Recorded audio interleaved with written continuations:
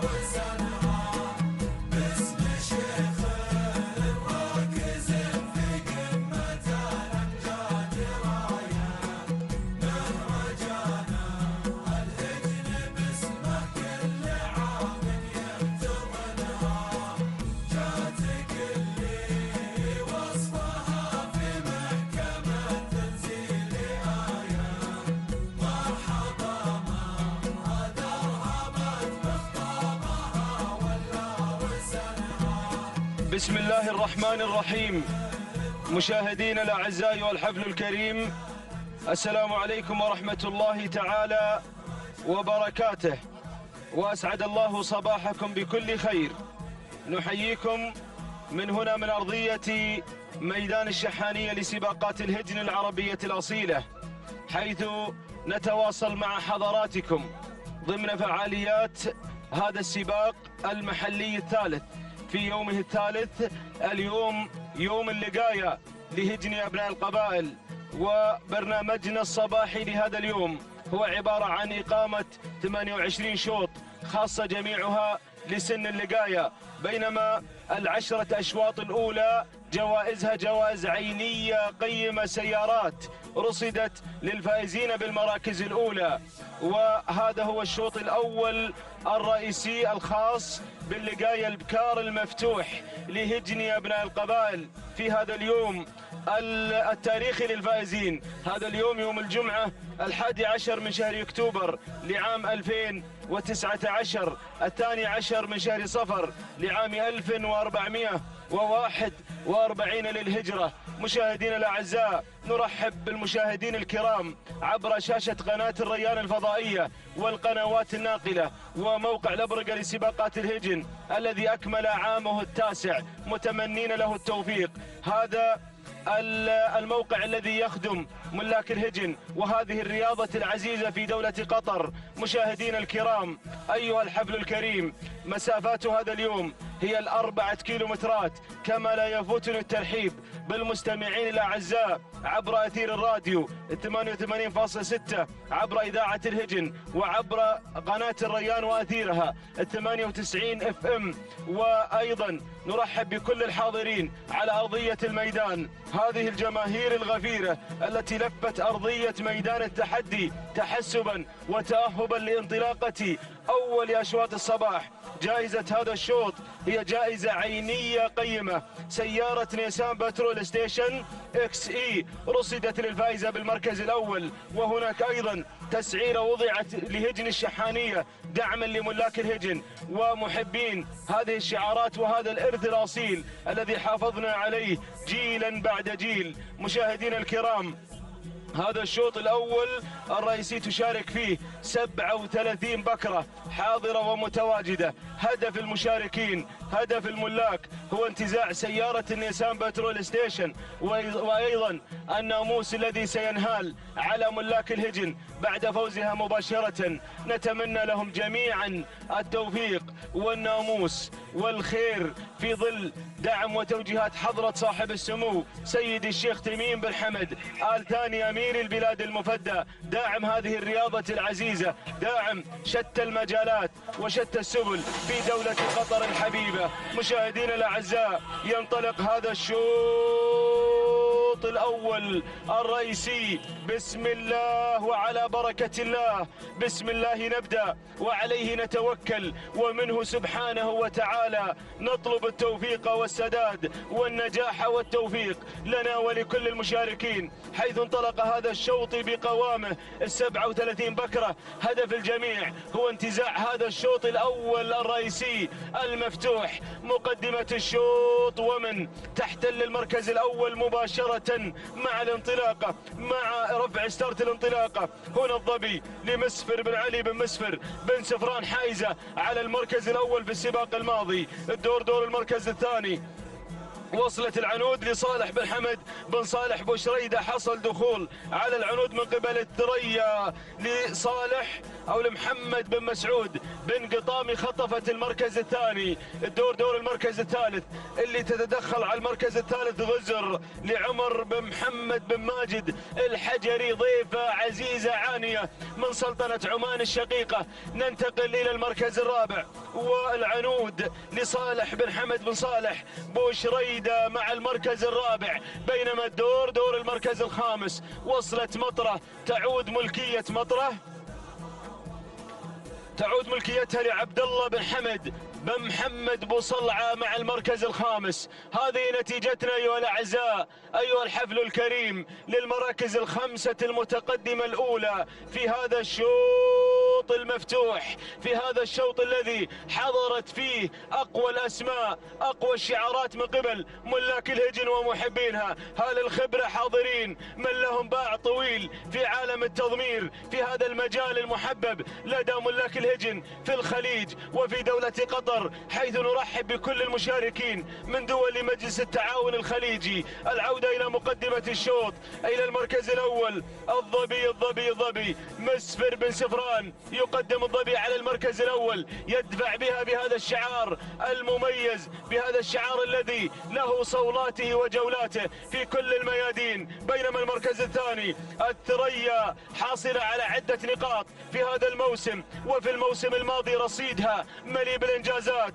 الثريا تتحرك لمحمد بن مسعود بن قطامي على المركز الثاني. بينما تسلل أراه من قبل العنود لصالح بن حمد بن صالح بوشريدة، خطفت المركز الثاني مع شعار بوشريدة. راعي مرموق غادم يقدم لنا العنود على المركز الثاني، الثريا على المركز الثالث. عندك يا بن قطامي الدور دور المركز الرابع. ومن تتدخل في هذه اللحظات؟ وصلت في أول نداء متعبة لعلي بن سعيد بن مبخوت بن قعمان مع شعار بن جبران على المركز الثالث. مطرة تتدخل بدورها وتتسلل إلى المركز الرابع. عبد الله بن حمد بوصلعة يتابعها صالح بن حمد بوصلعة في التضمير، المركز الخامس. ومن تتقدم جبارة لراشد بن محمد بن عبد الله الزقيبة. هذه نتيجتنا أيها الأعزاء، أيها الحفل الكريم. العودة إلى مقدمة الشوط. الظبي مسفر بن سفران.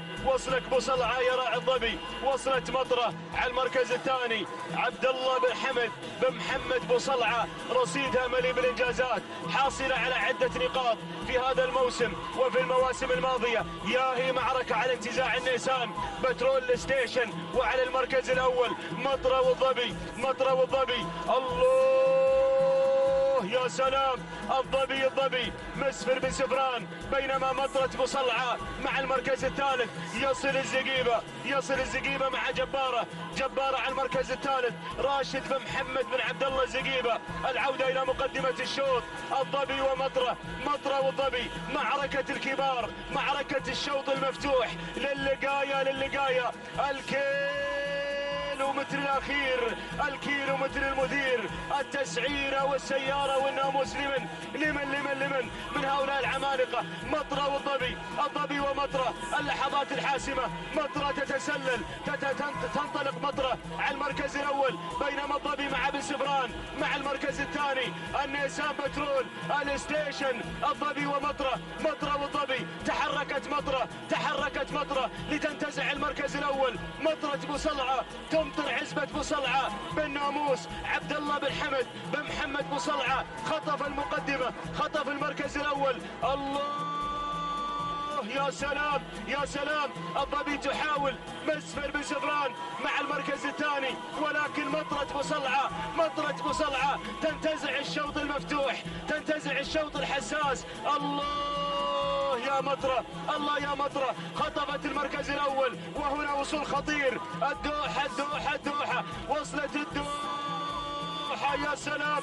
صالح بن محمد بن سعيد النابت تصل الدوحة. خطفت المقدمة، خطفت المركز الأول. الوقت الحساس. عادت الظبي مسفر بن سفران، ولكن الدوحة الظبي الدوحة الظبي الظبي الظبي الظبي، ولكن الدوحة تصمد. صالح بن محمد بن سعيد النابت ينتزع النيسان. بترول الستيشن الظبي مطرة الدوحة الدوحة الدوحة. الشوط المفتوح يذهب مع الدوحة يذهب مع الدوحة. تهانينا والناموس لمالك الدوحة صالح بن محمد بن سعيد النابت. تهانينا والناموس. المركز الثاني الظبي مسفر بن سفران المري. المركز الثالث مطرة لعبد الله بن حمد بن صلعة. المركز الرابع علاج لمبارك بن سعيد بن مبخوت الجربوعي. المركز الخامس جبارة لراشد بن محمد بن عبد الله الزقيبة. شوط مثير وشوط حساس. تهانينا والناموس لكل الفائزين. التهاني موصولة لمالك الدوحة صالح بن محمد بن سعيد النابت. تهانينا والناموس لمالك الدوحة على انتزاعها لسيارة النيسان بترول ستيشن وانتزاعها للشوط الرئيسي للقاية المفتوح. وتهانينا والناموس لمالكها صالح بن محمد بن سعيد النابت على هذا الفوز المستحق بهذا الشوط الأول الرئيسي. هذا هو ملخص شوطنا الأول الرئيسي. أقوى أشواط اللقاية البكار في صباح هذا اليوم يذهب مع مالك الدوحة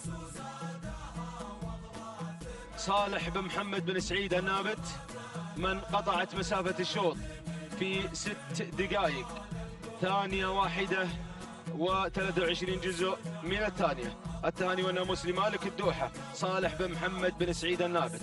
المركز الثاني وصلت الظبي قطعت المسافة في 6 دقائق ثانيتين 21 جزء من الثانية. التهاني والناموس لمالك الظبي مسفر بن علي بن مسفر بن سفران وتهانينا لعبد الله بن مسفر بن سفران. المركز الثالث وصلت مطرة قطعت المسافة في 6 دقائق ثانيتين 45 جزء من الثانية. التهاني والناموس لعبد الله بن حمد بن محمد بصلعة وتهانينا والناموس لصالح بن حمد بصلعة. التهاني والناموس لجميع الفائزين. الشوط الرئيسي الخاص باللقاية القعدان شوط مفتوح وجائزته النيسان بترول ستيشن يستعد للانطلاقة. وارحب بزميلي مطلق بن علي العنزي.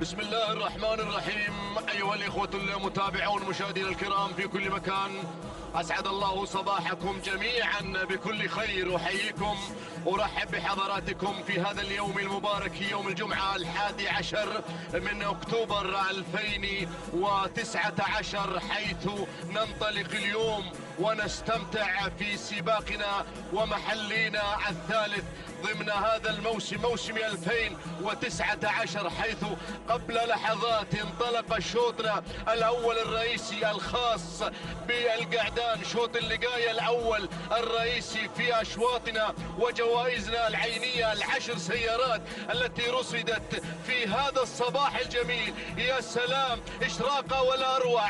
يا سلام الشوط الأول الرئيسي ينطلق على بركة الله. جائزة الشوط سيارة ثمينة عبارة عن نيسان بترول ستيشن آخر موديل في هذا اليوم وفي هذا الصباح. ننطلق مع المركز الأول. نعلن المراكز المنطلقة والمندفعة. المركز الأول من هذا هو صرام خليل بن ناصر بن منصور الشهواني. يا سلام على المركز الأول ينطلق هذا الشعار الجميل الشعار العنابي على المركز الأول. المركز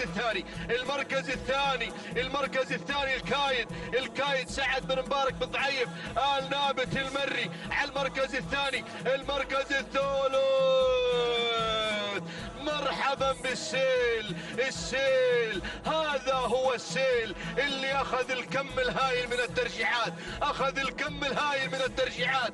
حمد بن عبد الهادي بن جابر بن حسين البريدي اللي بالمركز المركز الثالث ينطلق على المركز الثالث في رصيده سيارتين. المركز الرابع، خلونا نشوف المركز الرابع والخامس لهم حق الإعلان في أول الأشواط الرئيسية. يا سلام، المركز الرابع لوكير على المركز الرابع، عبد العزيز بن محمد بن عويضة البوعينين على المركز الرابع. المركز الخامس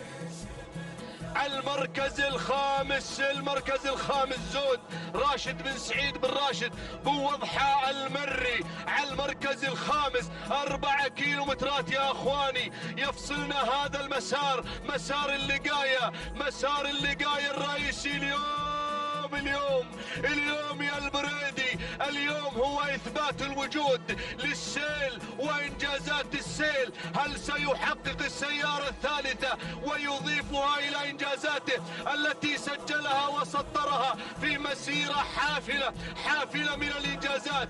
البريدي وجمهور السيل. شوفوا جمهور السيل. على المركز الأول ينطلق حمد بن عبد الهادي بن جابر بن حسين البريدي على المركز الأول. المركز الثاني الكايد سعد بن مبارك بن ضعيف النابت المري. المركز الثالث هنا لوكير. على المركز الثالث لعبد العزيز بن محمد بن عويضة البوعينين. المركز الرابع هذا خطير اللي بالمركز الرابع، رقم 30 الشايب وصل الشايب محمد بن مبارك بن عبد الله بن مسفران الجحيش المري. المركز الخامس هنا على المركز الخامس سياف عبد الهادي بن سيف بن فهد آل سيف الخيارين. على المركز الخامس بن جبران قادم. الله يا لهذا الشوط يا اخواني، يا لهذا الشوط الرئيسي. اصمد يا السيل اليوم.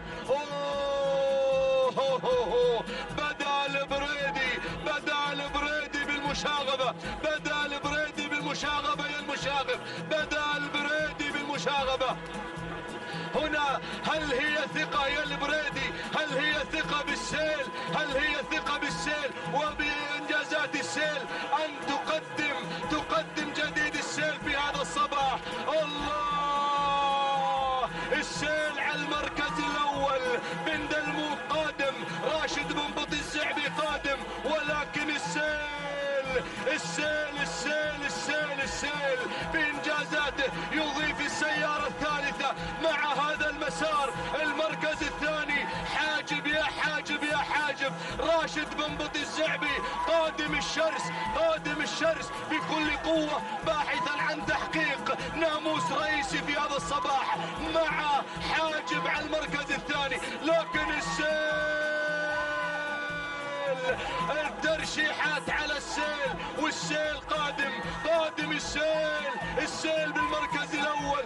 الله يا البريدي، أحب المطر لو كان سيله مجنبني يا البريدي، أحب السبوق يا البريدي. راح بالمركز الأول السيل، عليه الرقم 1، عليه الرقم الصعب. حيو جود مورنينج للسيل، جود مورنينج للبريدي، جود مورنينج. الشوط الرئيسي للبريدي للسيل السيارة الثالثة مع البريدي. حيوه يا جمهور، حيوا البريدي وحيوا السيل. الله، تهانينا والناموس لمالك السيل حمد بن عبد الهادي بن جابر بن حسين البريدي على فوزه بالسيارة في الشوط الرئيسي الأول في صباح اللقاية. تهانينا والناموس. المركز الثاني حاجب لراشد بن بطي الزعبي. المركز الثالث الجذاب محمد بن علي بن حمد آل فهيدة المري. المركز الرابع شهلول محمد بن علي بن محمد الغفراني المري. المركز الخامس براق عبد المحسن بن سالم بن جابر الجربوعي المري. متابعينا ومشاهدينا الكرام، صراع الكبار والبقاء دائما للأفضل في هذا العالم الساحر. هذا هو الموقع الصعب والرقم الصعب رقم 1. هنا البريدي يحقق مع السيل، صاحب الجمهور، صاحب الإنجازات، صاحب الترشيحات، يحقق في هذا الصباح كاسرا حاجز 6 دقائق 5 دقائق 57 ثانية 50 جزء من الثانية. تهانينا والناموس للبريدي على هذا الفوز، فوز السيل وحصوله على السيارة. حمد بن عبد الهادي بن جابر بن حسين البريدي تهانينا والناموس، يضيف السيارة الثالثة في هذا الصباح. تهانينا والناموس. المركز الثاني حاجب للسيد راشد بن بطي الزعبي. هنا الشرس، التوقيت الزمني لحظة وصوله إلى خط النهاية 6 دقائق 3 ثواني 10 أجزاء من الثانية. تهانينا والناموس لأبو بطي على هذا الفوز، تهانينا لسعيد وتهانينا أيضا لمحمد بن بطي الزعبي ولمتابع هذا الشعار محمد بن سالم الزعبي. تهانينا والناموس. المركز الثالث وصل بالمركز الثالث الجذاب، التوقيت الزمني 6 دقائق 3 ثواني 46 جزء من الثانية.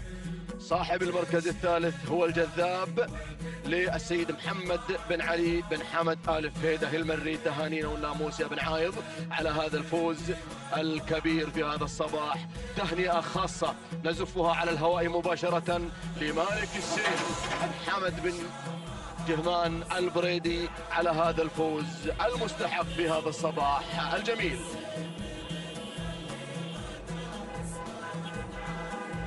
بسم الله الرحمن الرحيم. متابعينا مشاهدينا الأعزاء، أسعد الله صباحكم وجميع أوقاتكم بكل خير. أحييكم بتحية الإسلام، فسلام من الله عليكم ورحمته تعالى وبركاته.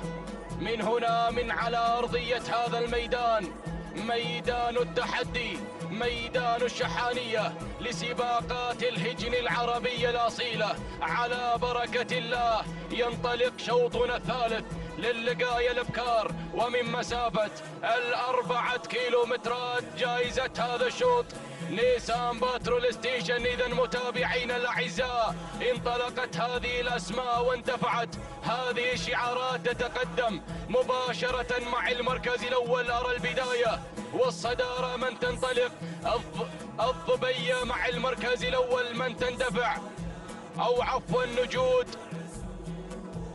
بشعار محمد بن سعد بن محمد بن سالم بن سعد من يقدم لنا نجود على المركز الأول. ثاني الأسماء وثاني التحديات تصل معزة مع المركز الثاني. عبد المحسن بن سعيد بن حمد المري من يقدم لنا معزة على ثاني التحديات. المركز الثالث تصل مصادر صالح بن حمد القمرة يقدم لنا مصادر مع المركز الثالث، ولكن أرى التغيير من قبل دمعة. عبد الله بن ناصر بن خميس السنيدي من غير مع دمعة على المركز الرابع. المركز الخامس وصلت في هذه اللحظات، تقدمت اليمامة محمد بن طينان بن عايض العذبة من يقدم لنا في هذه اللحظات اليمامة على خامس الأسماء. هكذا كانت النتيجة متابعينا مشاهدينا الأعزاء أينما كنتم للخمسة المراكز المتقدمة. أعود مع نجود مع المركز الأول، نجود مع المركز الأول بشعار محمد بن سعد بن محمد بن سالم بن سعد من يقدم لنا نجود على المركز الأول. ثاني المراكز، ثاني التحديات معزة عبد المحسن بن سعيد بن حمد المري من يقدم لنا في هذه اللحظات معزة. من يتقدم بن جبران على ثاني الأسماء. المركز الثالث وصلت اليمامة محمد بن طينان بن عايض العذبة يتقدم باليمامة على ثالث الأسماء. المركز الرابع الدكتورة حمد بن علي بن جابر بن سالم الحنزاب يقدم لنا الدكتورة على رابع الأسماء. المركز الخامس تصل دمعة عبد الله بن ناصر بن خميس السنيدي من يتقدم مع دمعة على المركز الخامس. أعود مع نجود مع المركز الأول محمد بن سعد بن محمد بن سالم من يتقدم مع المركز الأول، ولكن الحنزاب يتقدم في هذه اللحظات مع الدكتورة حمد بن علي بن جابر بن سالم. الحنزاب بن جبران مع المركز الثالث، بن جبران على ثالث الأسماء ينطلق مع معزة على ثالث الأسماء. المركز الرابع تصل وتتقدم على رابع الأسماء دمعة عبد الله بن ناصر بن خميس السنيدي من يتقدم مع دمعة مع المركز الرابع. المركز الخامس، خامس الأسماء، خامس التحديات، تصل الشعارات، تصل الأسماء، تتقدم هذه الشعارات مصادر مع المركز الخامس صالح بن حمد القمرة. 1200 يا مضمرين. النيسان باترول بالانتظار، ولا زالت متحكمة الدكتورة بهذا الانطلاق الكبير، بهذا المسار الكبير.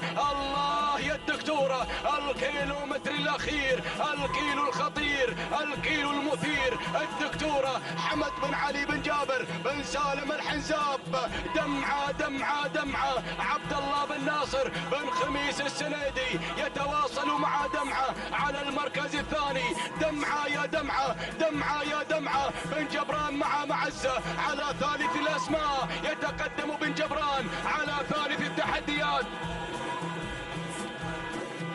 وصلت الأسماء، وصلت الشعارات، وصلت خيرة مهدي بن بطشان بن صالح اليامي، والقادمة أيضا مصادر صالح بن حمد القمرة. ولكن أعود مع السنيدي، أبناء السلطنة يتقدمون مع المركز الأول، ينطلقون على أول الأسماء. دمعة يا السنيدي، دمعة يا السنيدي، دمعة. الله، من يتقدم السنيدي على أول الأسماء يدفع بدمعة بن نيسان باترول. أبناء السلطنة يتقدمون بهذا المسار الكبير. دمعة يا دمعة، معزة بن جبران على ثاني الأسماء، وخيرة بطشان على المركز الثالث. ولكن دمعة مع المركز الأول، دمعة مع الأمتار الأخيرة. سلام يا دمعة، سلام يا أبناء السلطنة، سلام يا السنيدي، سلام. تهانينا والناموس لمالك دمعة عبد الله بن ناصر بن خميس السنيدي. وسلام يا أبناء السلطنة، سلام. المركز الثاني وصلت خيرة مهدي بن بطشان بن صالح اليامي. المركز الثالث معزة عبد المحسن بن سعيد بن حمد المري. المركز الرابع الوثنة جابر بن فرج بن حمد بن دلموك. المركز الخامس الشايبة سعود بن علي بن حمد بن خليفة المحاربي. إذن متابعينا مشاهدينا الأعزاء أينما كنتم، تهانينا والناموس لمالك دمعة عبد الله بن ناصر بن خميس السنيدي. وسلام يا أبناء السلطنة، سلام. تهانينا والناموس. التوقيت الزمني 6 دقائق بدون أي ثواني، 22 جزءا من الثانية، والنيسان باترول يغادر إلى أبناء السلطنة. سلام يا دمعة، سلام. المركز الثاني وصلت خيرة مهدي بن بطشان بن صالح المحامض اليامي. 6 دقائق ثانيتين 58 جزء من الثاني. المركز الثالث وصلت في ثالث الأسماء معزة عبد المحسن بن سعيد بن جبران من قدم لنا معزة مع المركز الثالث. 6 دقائق ثانيتين 70 جزء من الثانية. تهانينا والناموس للجميع. بسم الله الرحمن الرحيم. أيها الحفل الكريم، مشاهدينا مستمعينا الأفاضل، أحييكم بتحية الإسلام الخالدة. سلام الله عليكم ورحمته وبركاته. رحب بكم أجمل ترحيب بانطلاقة وتحديات أشواط الأصالة والتراث. انطلاقة الشوط الرابع لفئة اللقاية القعدان ينطلق من مسافة 4 كيلومترات. هناك سيارة تنتظر عند خط النهاية، إحدى هذه الشعارات والأسماء الكبيرة التي تتواجد في هذه المنافسة المميزة ضمن فعاليات المحلي الثالث بمرحلته الأولى بيومه الثالث. نتواصل مع أشواط التحدي والمنافسة، نتواصل مع أشواط الإبداع والإمتاع في هذا العالم الساحر. نبدأ مع البداية ومع مجريات هذا الشوط. أول الأسماء يتواجد هنا منطلق مع البداية رمز لسالم بن صالح بن سالم النابت المري، يتواجد في أول المراكز يسيطر على زمام الأمور، بينما المركز الثاني قزاز لسعيد بن راشد الزعبي هنا يتواجد مندفع في هذه المنافسة منطلق مع المركز الثاني. وتابع المركز الثالث المتواجد والمشارك في هذه المنافسة المميزة شعار الشنجل غادم متواجد موادع هنا لمحمد بن ناصر الشنجل يشارك في هذه المنافسة. يقدم لنا موادع الذي تسلل من المركز الثالث إلى المركز الثاني. انتقل مباشرة مع صاحب المركز الرابع، يتواجد شاهين عامر بن علي بن عمران بن بجاش الفهيدة مشاركا في هذا التحدي. يقدم لنا شاهين المركز الرابع. وخامسا الاسم القادم والمتواجد هنا كلاس لعلي بن سالم بن علي بن سعيد بن سفران، يتواجد مشاركا في هذه المنافسة مع المركز الخامس. هذه النتيجة مشاهدينا الكرام للخمس المراكز الأولى التي تشارك في هذه المنافسة المميزة، في هذا التحدي الكبير، في هذه الانطلاقات الجميلة على أرضية ميدان التحدي، ميدان الشحانية. هنالك سيارات وتسعيرات تنطلق في هذا الصباح مع أشواط اللقاية، مع هذا التحدي الكبير، مع هذه المنافسة المميزة والشعارات الزاهية التي تنطلق وتزين أرضية ميدان الشحانية. نتابع البداية، نعود مع مجريات الشوط ومجريات المقدمة. ما زال رمز باحثا عن الانتصار، باحثا عن السيارة بقيادة سالم بن صالح بن سالم النابت المري، يندفع مع البداية، ولكن كلاس تسلل وانطلق مباشرة إلى مقدمة الشوط. علي بن سالم بن علي بن سعيد بن سفران هنا يتقدم، بدأ ينفرد في مقدمة هذا الشوط، يقدم لنا انطلاقة وتحديات كلاس. بينما هنا شاهين بن عميران غادم عامر بن علي بن عميران بن بجاش الفهيدة على المركز الثاني مع شاهين. المركز الثالث قزاز مع الماهر غادم سعيد بن راشد الزعبي يتواجد في شعاره المميز، في شعاره المتواجد دائما في هذه المنافسة الكبيرة. المركز الرابع القادم هنا جور لسعيد بن عبد الله بن سعيد بن محمد البخيت مع المركز الرابع. وخامسا أرى الشعارات القادمة والمتواجدة في هذه المعركة الطاحنة. ممتاز ناصر بن عبد الهادي بن طارق بن هليل الغفراني، والشعار هجن السالي أيضا مشاركا في هذا التحدي. الله الله الله الله الله، السيارة تنتظر معركة الكبار في هذا المسار. بن سفران يقرد هناك خارج السرب وحيدا منفردا في صدارة هذا الشوط مع كلاس علي بن سالم بن علي بن سعيد بن سفران على البداية، ينفرد في مقدمة هذا الشوط. بن جبران على المركز الثاني، متعب علي بن سعيد بن موقوت بن قعمان الجربوعي وطني لهجن السالية. ولكن الاسم القادم ايضا هنا برزان علي بن راشد بن صالح بن علي بن نفوه هنا ينطلق مع المركز الثاني، ولكن نعود مع البداية، مع الانفراد، مع التحدي والابداع. كلاس بن سفران في معركة هنا من اجل التحدي، في انفرادة تامة من اجل ان ينتصر، من اجل ان ينتزع الناموس. والسيارة تنتظر بن سفران مع اللحظات الاخيرة بدون منافس على الاطلاق. كلاس يقترب من الانجاز، يقترب من الناموس، يقترب من هذا التحدي الجميل والعرض المتميز الذي قدمه كلاس وحيدا خارج السرب. تهانينا والناموس لعلي بن سالم بن علي بن سعيد بن سفران على فوز شاهين وكلاس، وانتزاع للانتصار السيارة مع كلاس، وكلاس يفوز بهذه السيارة. تهانينا وناموس لعلي بن سالم بن علي بن سعيد بن سفران على فوز كلاس. المركز الثاني معي محمد بن سعود بن محمد الفهيدي المري. المركز الثالث متعب لعلي بن سعيد بن مخوذ بن قعمان الجربوعي. المركز الرابع برزان علي بن راشد بن صالح بن علي بن نفول. المركز الخامس شاهين لأحمد بن نكد بن راشد بن سعيد الهاشمي.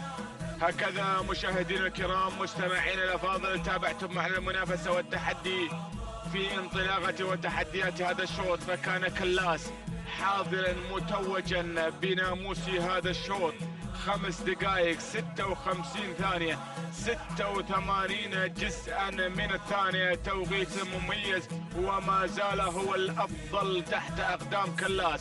تهانينا والناموس لعلي بن سالم بن علي بن سعيد بن سفران على فوز كلاس وتحقيقه للإنجاز وتحقيقه للتوقيت الأفضل إلى هذه الأوقات. المركز الثاني جاء في المركز الثاني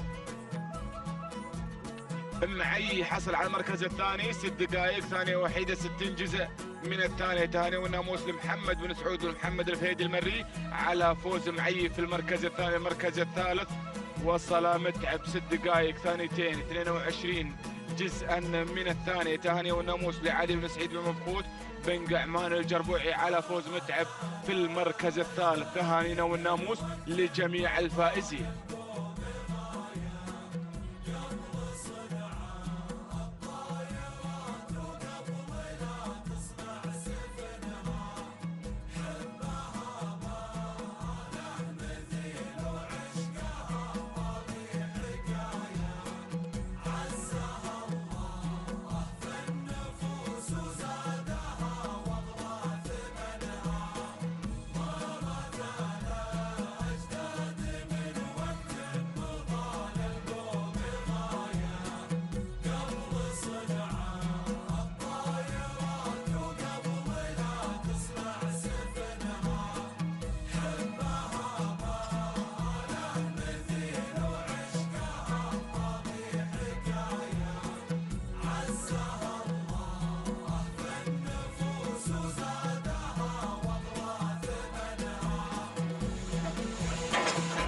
بسم الله الرحمن الرحيم، بسم الله نبدأ وعليه نتوكل ومنه دائما وأبدا نطلب السداد والتوفيق يا رب العالمين. انطلق حفلنا الكريم الشوط الخامس بتعداد أشواط هذه الفترة الصباحية ليبدأ الحماس مع انطلاقة جديدة مع فعاليات جديدة على أرضية ميدان التحدي. وهذه التحديات الحاضرة من هذه الشعارات المشاركة والمتواجدة والأسماء القوية بحضورها الكبير تحضر بانطلاقتها باحثة عن اختطاف سيارة هذا الشوط نيسان بترول ستيشن. إذا نسير مع مجريات وانطلاقة المقدمة لنرى ونتابع معكم أول المراكز. هجن السيلية تقدم لنا انطلاقة ابتكار تحضر مع أولى الانطلاقات لتتواجد من طباعة المركز الأول. تعود الملكية لهجن السيلية. المركز الثاني التقدم مشاهدينا الكرام من قبل العقلة مسفر بن علي بن مسفر بن سفران يقدم لنا شعاره بانطلاقة المركز الثاني.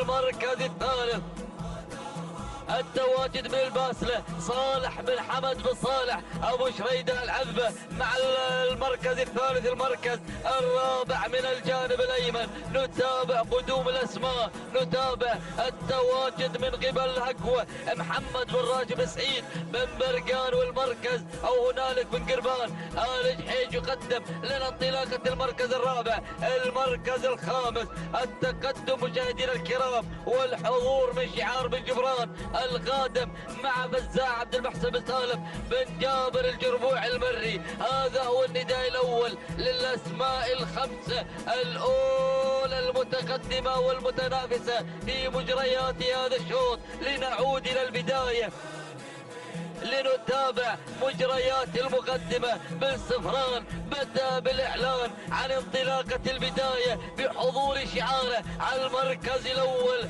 محققا هذا الانطلاق الجميل مع العكلة مسفر بن علي بن مسفر بن سفران المري. المركز الثاني عادت إلى موقعها، عادت ابتكار إلى موقعها المنهوم من قبل العكلة، ليعود شعار هجن السيلية إلى المركز الأول ليعلن الحضور على البداية والصدارة. المركز الثاني وصل أيضا شعار بالتحية، وصل مع انطلاقة عزامة. عزامة يا لذكريات هذا الاسم، يا راعي عزامة، تعود المكن سريد بن علي بن سالم بن سريد الدعية.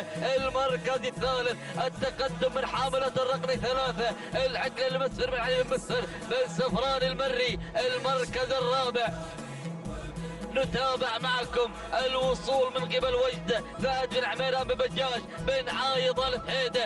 المركز الخامس التقدم والوصول من قبل الفائز لخالد بن صالح بن راشد النابت المري. وهنالك المركز الخامس ينخطب من قبل مرموقه فرج بن محمد بن طالب بن حليل المري. وهنالك الاسماء الحاضره والواصله نتابع على الكادر الاسفل من شاشه قناه الريان الفضائيه الناقله لاحداث وقايا هذه السباقات المحلية بمنافسات هذا السباق المحلي الثالث. لنعود إلى البداية، لنعود إلى راعي بارود على المركز الأول راعي عزامة، راعي الغزيل، راعي الزعفرانة، راعي عزام، والأسماء الكبيرة التي رافقت هذا الشعار بصولاته وبطولاته في الأعوام الماضية ليحضر هذا الشعار بحلته وترحاله على البداية وعلى المركز الأول مع عزامة. بكل عزم يقدم لنا عزامة على البداية الوالد علي بن سالم بن سريد التحية، من يتابع هذا الشعار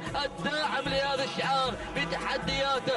الله يا بالعرج، بالعرج وصل بالعرج مع تلاطم الامواج ليقدم لنا هذا الشعار بحضوره واندفاعته مع البدايه. عوايد عوايد عوايد بعوايد هذا الشعار باختطاف المراكز الاولى دائما، باختطاف النواميس يحضر مع عوايد لحسين بن راشد بن حسين الجربوعي بالعرج من يقدم لنا البدايه. المركز الثاني وصلت هداشة راشد بن حمد بن سالم النابت المري. هذا الشعار خطف لسيارتين في ليلة البارحة يحضر مع انطلاقة المركز الثاني. المركز الثالث نجود جار الله بن حمد بن جار الله النابت المري هجن السيلية مع المركز الرابع. ولكن إلى بالعرج، إلى بالعرج نعود إلى عوايد عوايد عوايد. الله يا عوايد نجود قادمة لتعلن البصمة والوجود مع المركز الثاني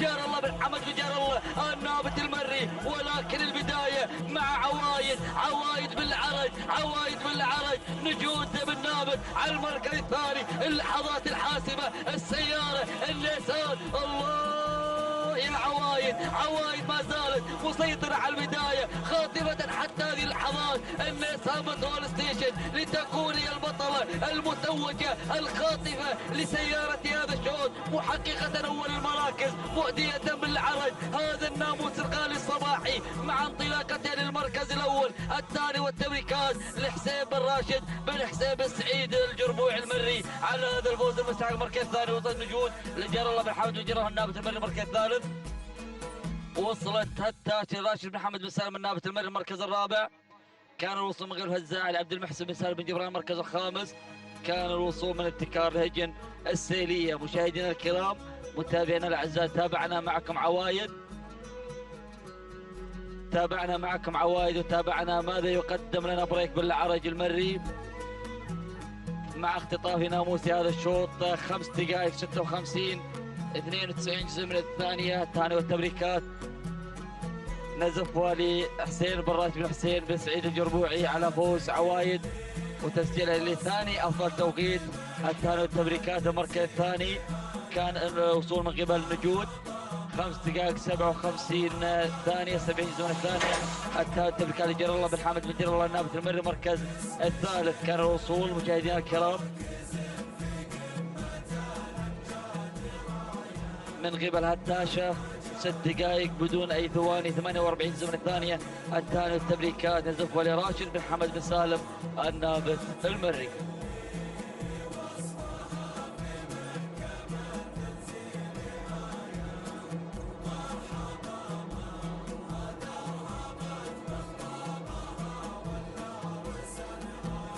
السلام عليكم ورحمة الله وبركاته أيها الأخوة مشاهدينا ومتابعينا الكرام. انطلق الشوط السادس للقاية هنا والمسافة 4 كيلومترات. نتابع وإياكم في هذه اللحظات انطلاقة هذا الشوط واندفاعة هذه الأسماء المنطلقة. هنا نتابع وإياكم المراكز الأولى المتقدمة. نتابع الصدارة اللي على المركز الأول اللي هو برق لصالح بن ناجي اليافعي على المقدمة وعلى الصدارة هنا مع صالح بن ناجي اليافعي على المركز الأول. بينما النقلة على المركز الثاني نتابع السليماني لمسفر بن علي بن مسفر بن سفران المري مع السليماني. بينما المركز الثالث نتابع جبر لمحمد بن علي بن حمد بن سلامة الهاجري على المركز الثالث. المركز الرابع نتابع في هذه اللحظات على المركز الرابع والقدوم في هذه اللحظات اللي على المركز الرابع وقادم نواف لعلي بن عبد الهادي بن جابر بن حسين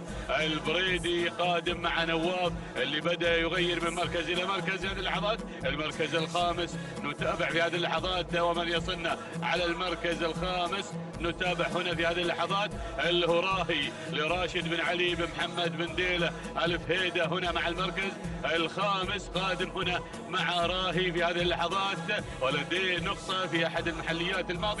بينما نعود إلى مقدمة الشوط إلى المقدمة دائما وأبدا إلى المركز الأول إلى الصدارة. نتابع بن سلامة أو هنا اللي بالمركز الأول اللي في هذه اللحظات اللي قادم لبرق لصالح بن ناجي اليافعي. ولكن شوفوا اللي غير، شوفوا اللي انطلق في هذه اللحظات نواف لعلي بن عبد الهادي بن جابر بن حسين البريدي من الجانب الأيمن في هذه اللحظات. بينما المركز الثالث نتابع هناك اللي هو أيضا اللي هو سليماني لمسفر بن علي بن مسفر بن سفران المري على المركز الثالث. المركز الرابع راهي على المركز الرابع في هذه اللحظات لراشد بن علي بن محمد بن ديلة الفهيدة على المركز الرابع. المركز الخامس نتابع في هذه اللحظات القدوم من مغادر لمسفر بن فيصل بن مبارك العجب الشهواني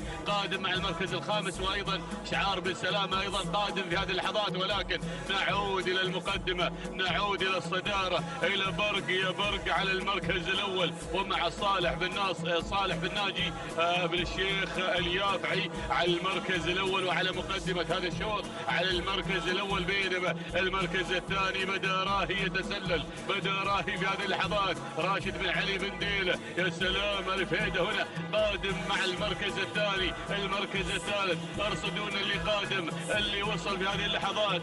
هنا ايضا المركز اللي هو يا سلام عزام راشد بن علي بن سالم بن سنيد الدعية قادم في هذه اللحظات مع المركز الرابع ومع انطلاقة المركز الثالث. بينما أرى هنا قدوم اللي قادم غادر لمسفر بن فيصل بن مبارك العجب الشهواني. المركز الخامس أيضا قدوم آخر مع اللي واصل هلاب لعبد العزيز بن خالد بن عبد الله العطية. ولكن نعود إلى برق مع 1200 على السويق على السيارة على النيسان بترول ستيشن. الله يا برق يا صالح يا بن ناجي اليافعي ركز يا اليافعي على المقدمة والصدارة. بينما المركز الثاني نتابع مغادر مسفر بن فيصل بن مبارك العجب الشهواني العطية واصل، محمد بن خالد العطية واصل مع هلاب عبد العزيز بن خالد بن عبد الله العطية يا سلام. المركز الثالث أول ندى في هذه اللحظات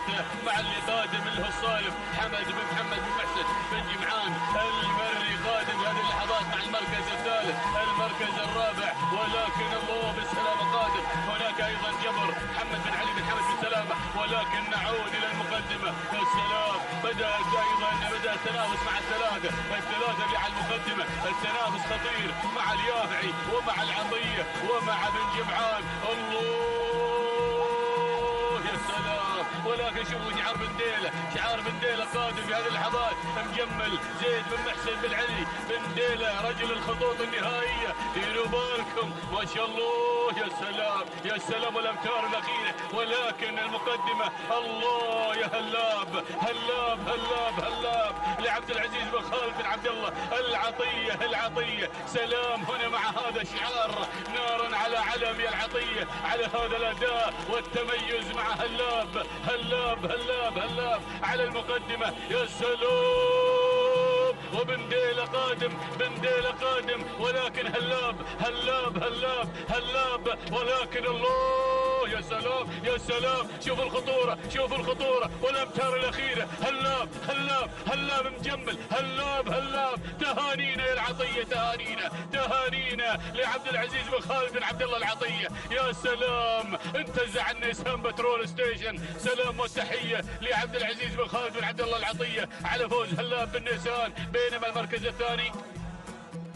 المركز الثاني وصل مجمل لزيد بن محسن بنديله. المركز الثالث، المركز الثالث وصل برق لصالح بن ناجي اليافعي. المركز الرابع، المركز الرابع الصائر محمد بن محسن بن جمعان المري. المركز الخامس، المركز الخامس وصل مهلك لحمد بن محمد بن راشد المقارح. يا سلام يا هذا الشوط، يا سلام يا هذا التحدي، يا سلام يا هلاب هلاب. وتوقيت هلاب 5 دقائق 59 ثانية و97 جزء من الثانية. تهانينا لمالك هلاب عبد العزيز بن خالد بن عبد الله العطية، تهانينا والناموس على هذا الفوز. بينما وصل مجمل على المركز الثاني. توقيت الزمني 6 دقائق بدون ثواني و33 جزء من الثانية. تهانينا لمالك مجمل زيد بن محسن بن ديله المري. بينما المركز الثالث وصل هنا برق، توقيت الزمني 6 دقائق بدون ثواني 61 جزء من الثانية. تهانينا وناموس لمالك برق صالح بن ناجي اليافعي.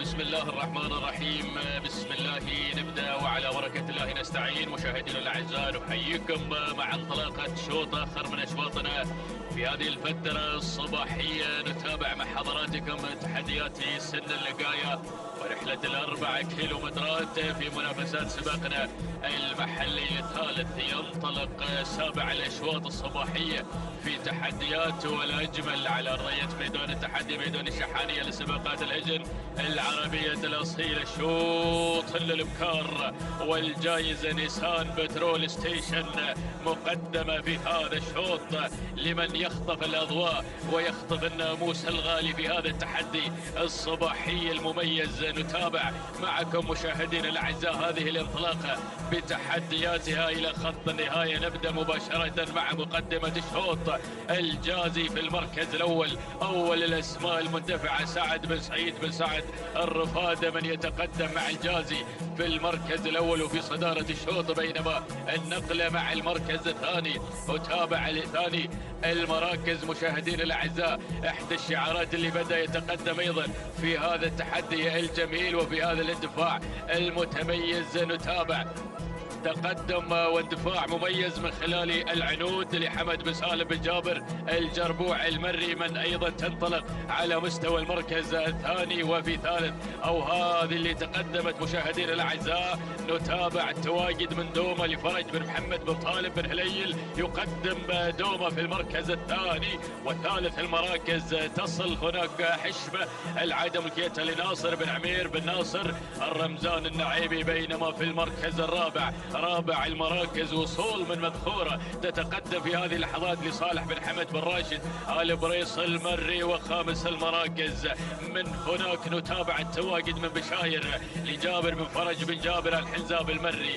5 مراكز مندفعه، 5 اسماء تتقدم هنا مع دائره ندى في هذا التحدي الجميل. ونتابع خلف ال5 المراكز هناك التحديات قادمه من الشعارات ايضا المتواجده في هذا الصباح وفي هذه الاشواط الجميله مع سن اللقايه. منافسات وتحدي كبير على ارضيه ميدان التحدي. عوده الى مقدمه الشوط، الى المركز الاول، الى الصداره. الجازي بشعاره الجميل بانطلاقتها الرائعه في مقدمه الشوط، تحمل لشعار سعد بن سعيد بن سعد الرفاد، من يتقدم مع الجازي في المركز الاول وفي الصداره، مندفع بهذا الاسم في مقدمه الشوط، طامعا في الناموس والانتصار وفي الجائزه الغاليه ايضا النيسان بترول ستيشن في الانتظار في هذا التحدي الصباح الجميل. بينما المركز الثاني التواجد من دومه مع ثاني المراكز والشعار بن هليل يتواجد هنا في هذا التحدي الجميل. فرج بن محمد بن طالب بن هليل يقدم دومه في المركز الثاني والثالث المراكز. ارصد الوصول في هذه اللحظات، ظن تصل في هذه اللحظه في اول اذاعه لسويلم بن زويد بن برغش الجحافي، قادم من السلطنه، يبغي ناموس هذا الشوط بتقدم ظن في هذه اللحظات. المركز الرابع اتابع التواجد في هذه اللحظات. وصل شعار المريخي بتحدياته الجميله مع الظبي خميس بن محمد بن عويضه. المريخي قادم هناك مع الظبي في المركز الرابع وخامس المراكز. المركز الخامس مذخوره لصالح بن حمد بن راشد آل بريص المري. وصلت الاسماء والشعارات، بدا الجميع بالاندفاع مع ايضا ال5 المراكز المتقدمه في هذا الشوط. ولكن ابناء السلطنه يعلقون الامال هنا بتقدم ظن، والجحافي هنا ينطلق في مقدمه الشوط مع ظن في المركز الاول وفي الصداره مع البدايه. يقود هذه الاسماء في هذا التحدي الصباحي الجميل، لكن الاسماء قادمه. بدا التحرك من مذخوره لصالح بن حمد بن راشد آل بريص المري، بدات تتقدم هنا مع جوال كيلو متر الاخير والتحديات الخطيرة. وصلت هناك ايضا وتقدمت الذيبة قادمة في هذا التحدي الكبير. راشد بن محمد بن حمد الدعي قادم مع الذيبة في المركز الثالث ورابع المراكز. شعار المريخي وخامس المراكز تواجد ايضا في هذا التحدي الجميل من اندفاعة مرحبا لصالح بن حمد القمرة. هذه النتيجة، ولكن عودة الى مقدمة الشوط مع مذخورة عصاها بالابطال. بدا التعليمات، بدا الانطلاق، بدا التحدي، بدا الاندفاع نحو خط النهايه، نحو الناموس، نحو الانتصار. والسياره النيسان بترول ستيشن. الله يا مذخورة ابعدت عن الاسماء، انطلقت نحو الناموس، اندفعت نحو العلا. سلام يا مذخورة، سلام على هذا الاداء الجميل، على هذا التحدي الرائع والمميز. صالح بن حمد بن راشد آل بريص المري يخطف النجومية في هذا الشوط، يقدم مذخورة في هذا الشوط في هذا التحدي الجميل. تهانينا من هذه اللحظات والناموس. اسعد الله صباحك على هذا الفوز، اسعد الله صباحك على هذا الانتصار، على هذا التحدي الكبير بهذا الانطلاق الصباحي المميز. تهانينا لصالح بن حمد بن راشد آل بريص المري على فوز مذخورة بالمركز الاول واختطاف ناموس هذا الشوط وسيارة هذا الشوط. بينما المركز الثاني من وصلت في ثاني المراكز الذيبة لراشد بن محمد بن حمد الدعية. وفي ثالث المراكز كان من نصيب ظن لسويلم بن زويد بن برغش ليحافي. وفي المركز رابع المراكز كان من نصيب منصور المبارك بن صالح بن ناصر الهاجري. وخامس المراكز المركز الخامس عمالة لخليل بن سالم بن محمد البطين. هذه نتيجتنا، ولكن عودة مع مدخورة ولحظة وصولها إلى خط النهاية قاطع 4 كيلومتر في 5 دقائق 57 ثانية. 9 من الأجزاء من الثواني. تهانينا والناموس لصالح بن حمد بن راشد البريص المري على فوز مدخورة واختطاف ناموس هذا الشوط وسيارة هذا الشوط. بينما المركز الثاني من وصلت في ثاني المراكز الذيبة وتوقيت الذيبة. ننتظر وصولها مشاهدينا الاعزاء الى خط النهاية لنتابع التوقيت الزمني مع الذيبة اللي اخذت المركز الثاني في هذا الشوط، قاطع ايضا 4 كيلومتر في 6 دقائق ثانيتين 53 جزء من الثانية. تهاني لراشد بن محمد بن حمد الدعية. وفي المركز الثالث كان الوصول ايضا من ظن وتوقيت ظن هو 6 دقائق و3 ثواني 69 جزء من الثانية. تهانينا لسويلم بن سويد بن برغش اليحابي. بسم الله الرحمن الرحيم. التواصل مستمر مشاهدينا متابعينا الكرام، وانطلاقاتنا مستمرة من أرضية ميدان التحدي لسباقات الهجن العربية الأصيلة ضمن السباق المحلي الثالث. ينطلق شوطنا الثامن في هذه اللحظات، وشوط مخصص أيضا للقاية القعدان 4 كيلومترات هي المسافة الحاضرة والمقررة من اللجنة المنظمة لسباقات الهجن العربية الأصيلة. نسير مع هذا الانطلاق المميز الذي يحمل لنا هذه الأسماء الكبيرة والشعارات المميزة والأعداد التي تشارك في هذا الانطلاق، التي توافدت من شتى دول مجلس التعاون الخليجي للمشاركة في أرضية ميدان التحدي. مباشرة نسير مع البداية مع المركز الأول الوسمي. مع البداية مشاهدينا الكرام عبد الله بن أحمد بن محمد بن فهد الخاطر من يقدم لنا شعاره وتحدياته مع البداية مع المركز الأول. بينما المركز الثاني أتابع التقدم والوصول مع ذان التحديات. مشاهدينا متابعينا الكرام هنا من تأتينا مع المركز الثاني، أو هنا مشاهدينا الكرام شعار العطية من واقع الشعار الذي يتقدم في هذه اللحظات، أو عفوا هنا يتقدم شاهين لخالد بن إبراهيم بن يوسف المحمود من يأتي مع المركز الثاني. المركز الثالث يصل هنا الطاغي بشعار فهد بن محمد بن فهد بن سعيد القريصي. والمركز الرابع وصول وقدوم من مشغل حلفان بن راشد بن حمد البريس المري. وخامس المراكز يتقدم هنا مشاكس لهادي بن فيصل بن مبارك العجب الشهواني من يقدم لنا تحدياته مع المركز الخامس. هكذا هي الأسماء الخمسة الأولى المتقدمة بهذا الانطلاق المميز والجميل. ولكن عودة مع البداية، نعود مع المركز الأول وصدارة هذا الشوط الوسمي. مع البداية عبد الله بن أحمد بن محمد بن فهد الخاطر من ينطلق هناك مع الصدارة مع المركز الأول. المركز الثاني شاهين خالد بن إبراهيم بن يوسف المحمود من يقدم لنا انطلاقات المميزة مع ذان التحديات. المركز الثالث وصول وقدوم مشاهدينا الكرام من مشغل لحلفان بن راشد بن حمد البريس المري. ولكن تابع الوصول والتقدم في هذه اللحظات من قبل اللي واصل مشاهدينا متابعينا الكرام. ما شاء الله على هذه الأعداد الكبيرة المشاركة في هذا الانطلاق المميز. ولكن عودة مع الصدارة مشاهدينا الكرام. نعود مع البداية شاهين خالد بن إبراهيم بن يوسف المحمود. ونذكر بالجائزة نيسان بترول ستيشن في الانتظار. الله يا البداية تابع اللي غير هنا مشوش سالم بن غانم بن سالم بن عبد الله الدوسري بدأ ينتقل أيضا نحو الصدارة نحو المركز الأول، يبحث عن السيارة في هذا الانطلاق المميز. ولكن شوف الوصول وصل هنا نزيه زيد بن محسن بن علي بن طيداب بن نديلة. يصل بن نديلة بتحديات المميزة. المركز الثالث وتابع التقدم من شاهين خالد بن إبراهيم بن يوسف المحمود. والمركز الرابع وصول وقدوم أيضا من مشغل حلفان بن راشد بن محمد البريس المري. وأيضا يصل في هذه اللحظات من يتقدم هناك شعار القريصي يصل بتحدياته المميزة. وأيضا وصول وتقدم مشاهدينا الكرام من قبل اللي واصل لنا الغشمري علي بن جار الله بن بريك الضحاك الغفراني. يصل أيضا الغفراني بتحدياته المميزة والجميلة. لكن عودة مع البداية، عودة مع بن نديلة اللي قلب موازين الشوط. الله الله الله تابع هذا الأداء المميز. نزيه هنا مع البداية زيد بن محسن بن علي بانتداب بن نديلة يقدم لنا نزيه بتحدياته المميزة والجميلة. يا سلام، ركز يا أبو محسن مع البداية هناك مع صدارة هذا الشوط، بينما المركز الثاني وتابع التقدم من الغشمري بشعار أيضا علي بن جار الله بن بريك الضحاك الغفران من يصل المركز الثالث، وتابع التقدم وصول مشاهدينا الكرام من قبل اللي واصل صغار راشد بن حمد بن محمد الغفراني المري يوصل ايضا بتحديات مميزه. المركز الرابع وصول ايضا مشاهدينا الكرام من شهلول محمد بن علي بن حمد ال فهيد المري، ولكن الله يا بن ديلة والعصا من الابطال بدون اوامر ولا شبه اوامر يقدم لنا هذا العرض التلقائي المميز، ولكن الله تابع الغفراني شعار الضحاك.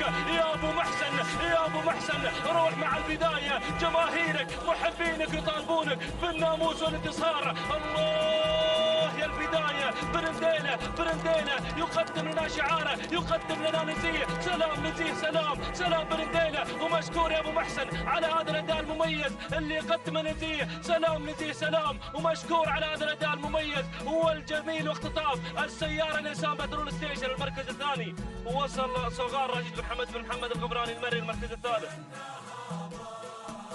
المركز الثالث يصل مشاهدينا الكرام الغشمري لعلي بن جار الله بن بريك ضحاك الغفراني المركز الرابع. وصول من شهلول محمد بن علي بن حمد الفيد المري والمركز الخامس. وصل مع المركز الخامس مشاهدينا الكرام معزز محمد بن فهيد بن محمد الزدان المري. هكذا مشاهدينا الكرام تابعنا هذا الشوط، ولكن كان حاضرا ابو محسن بشعاره المميز والجميل الذي حضر بحضور الكبار واختطف السياره نظام بترول ستيشن ليكون نجما في هذا الشوط. 6 دقائق بدون ثواني 16 دقيقه من الثانيه. علينا والناموس على هذا الفوز من زفان مالك نسيت زيد بن محسن بن علي بن ضيقاف بن نديلة. مشكور يا ابو محسن على هذا الاداء المميز. بينما المركز الثاني مشاهدينا الكرام كان الوصول من صوغان وتوقف من 6 دقائق بدون ثواني 92 دقيقة من الثانية. علينا والناموس لراشد بن حمد بن محمد الغفراني المري. بينما المركز الثالث وصل ايضا شعار الضحاك وقدم لنا الغشمري بتوقيت زمن وقدر 6 دقائق وثانية و42 دقيقة من الثانية. علينا والناموس ايضا لعلي بن جار الله بن بريك الضحاك الغفراني.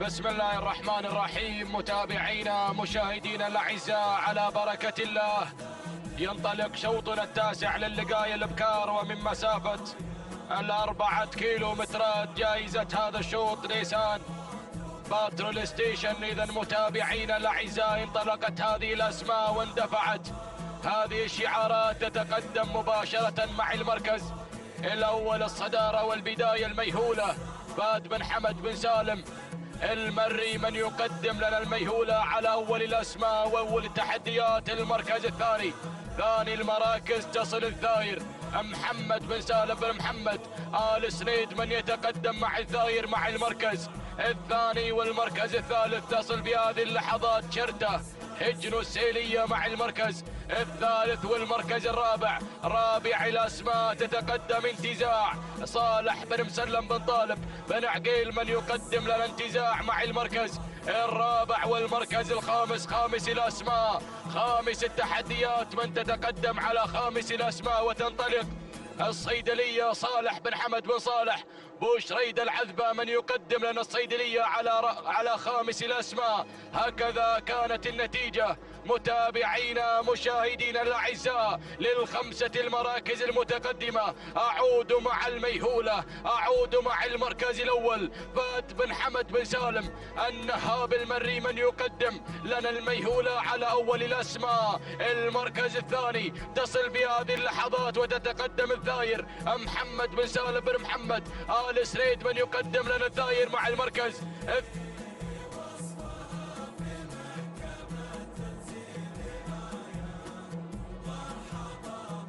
المركز الثالث من تتقدم وتغير مع المركز الثاني شرتة مع المركز الثاني تنطلق بشعار هجن السيلية على ثاني الأسماء. المركز الثالث تصل في هذه اللحظات انتزاع صالح بن مسلم بن طالب بن عقيل من يقدم لنا انتزاع مع المركز الثالث. والمركز الرابع تصل في هذه اللحظات على رابع الأسماء ورابع التحديات تنطلق الثاير محمد بن سالم بن محمد آل سريد المري. والمركز الخامس تصل وتتقدم سلطة خالد بن سعيد بن خالد الشواني الهاجري. أعود مع الميهولة، أعود مع المركز الأول فهد بن حمد بن سالم النهاب المري. ولكن شرتة غيرت مع المركز الأول. هجن السيلية غيرت مع أول الأسماء، انطلقت مع شرتة على أول التحديات. المركز الثاني تصل وتتقدم سلطة مع المركز الثاني. خالد بن سعيد بن خالد الشهواني الهاجري يتقدم مع سلطة على ثاني الأسماء. 1200 ما تبقى عن خط النهاية، ما تبقى عن الناموس والانتصار. المركز الثالث تصل انتزاع صالح بن مسلم بن طالب بن عقيل، وأيضا تصل الصيدلية صالح بن حمد بن صالح. بوشريدة يتقدم في هذه اللحظات، وأيضا مع المركز الخامس شواهين بشعار علي بن محمد بن مهلهل المري. ولكن أعود مع المركز الأول، أعود مع سلطة مع المركز الأول، سلطة مع الريادة، سلطة مع الصدارة.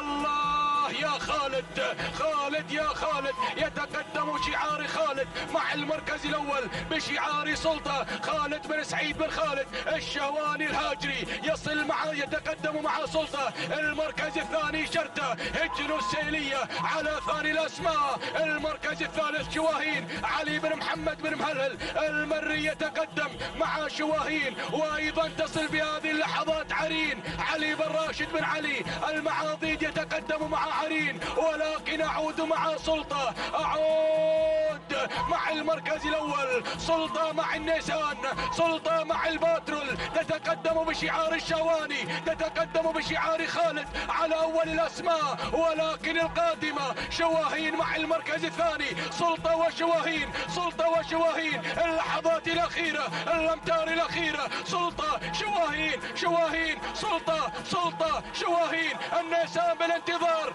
النيسان مع شواهين غيرت مع المركز الأول. بن مهلهل فعلها مالك شواهين. سلام يا شواهين، سلام. تهانينا والناموس لمالك شواهين علي بن محمد بن مهلهل المري. المركز الثاني سلطة خالد بن سعيد بن خالد الشواني. المركز الثالث شاليل مع المركز الثالث محمد بن بخيت بن برقان. المركز الرابع عرين علي بن راشد بن علي المعاضيد. المركز الخامس انتصاف حمد بن غضبان بن حمد بن سعيد.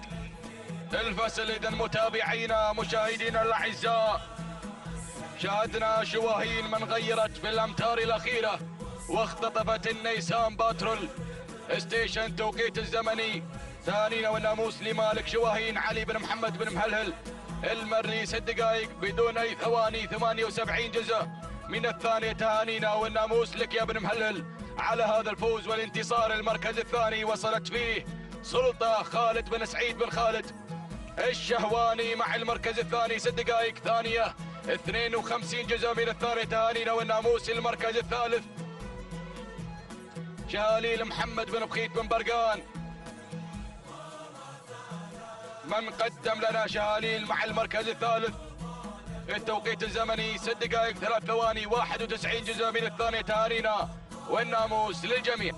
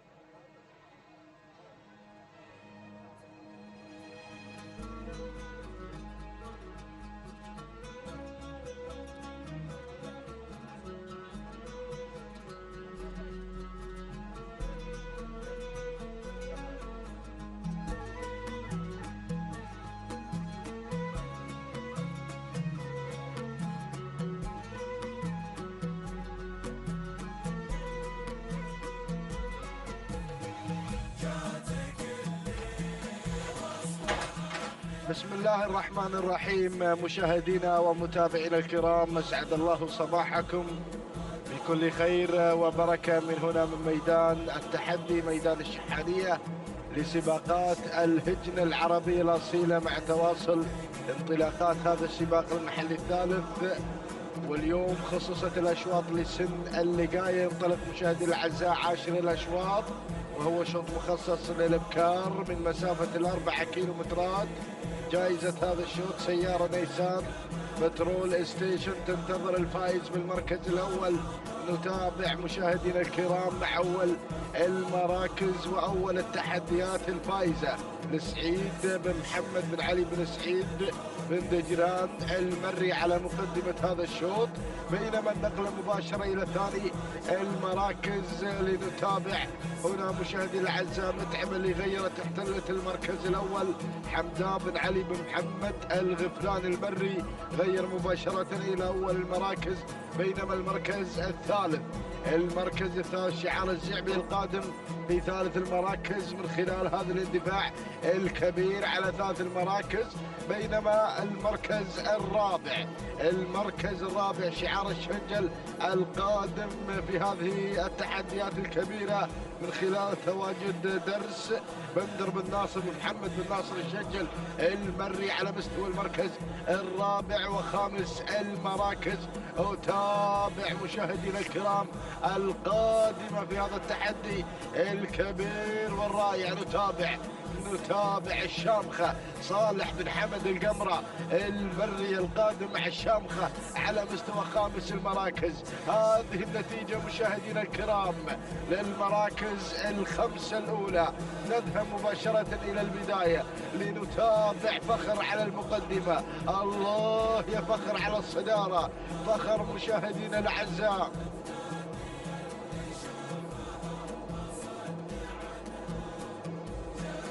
نتابع مشاهدينا الكرام المنطلقة في هذا التحدي درس لبندر بن ناصر بن محمد بن ناصر الشنجل المري على مستوى المركز الأول، ولكن من الجانب الآخر نتابع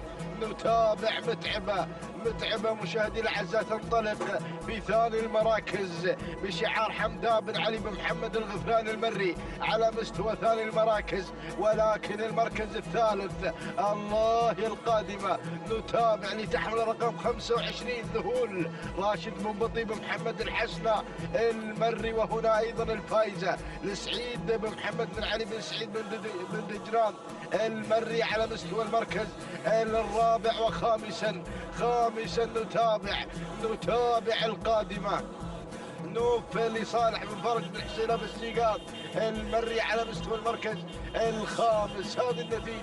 هذه النتيجة مشاهدينا الكرام مع الخمس المراكز الأولى. وأتابع الدخول القادمة في هذه اللحظات. نبا هادي بن راشد بن خالد الشهواني بدأ ينطلق، ولكن هذه مشاهدي الأعزاء اللي تحمل رقم 39 الوذنة تتواجد على مستوى خامس المراكز، ولكن اكتفي بهذه الأسماء المميزة مع الخمس المراكز الأولى. ونذهب إلى البداية. الله المقدمة شعار الشنجل مع كيلو ونصف الكيلو، السيارة بالانتظار. الله الله الله، هذه درس مشاهدي الأعزاء لبندر بن ناصر بن محمد بن ناصر الشنجل المري على المقدمة، يتواجد مع درس.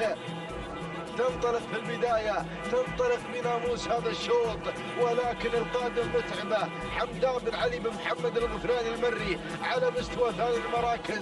المركز الثالث وتابع الفائزة سعيد بن محمد بن علي بن سعيد بن دجران المري على مستوى المركز الثالث. والمركز الرابع شروق تصل مشاهدي الأعزاء لفيصل بن محمد بن علي الجربوع المري، ولكن أتابع القادمة التماس تركي بن سالم بن حمد الفيدة المري، ولكن نذهب إلى ركب الصدارة لنتابع درس على المقدمة. درس مع الشنجل يتواجد في هذا التحدي، يتواجد مع درس مع البداية.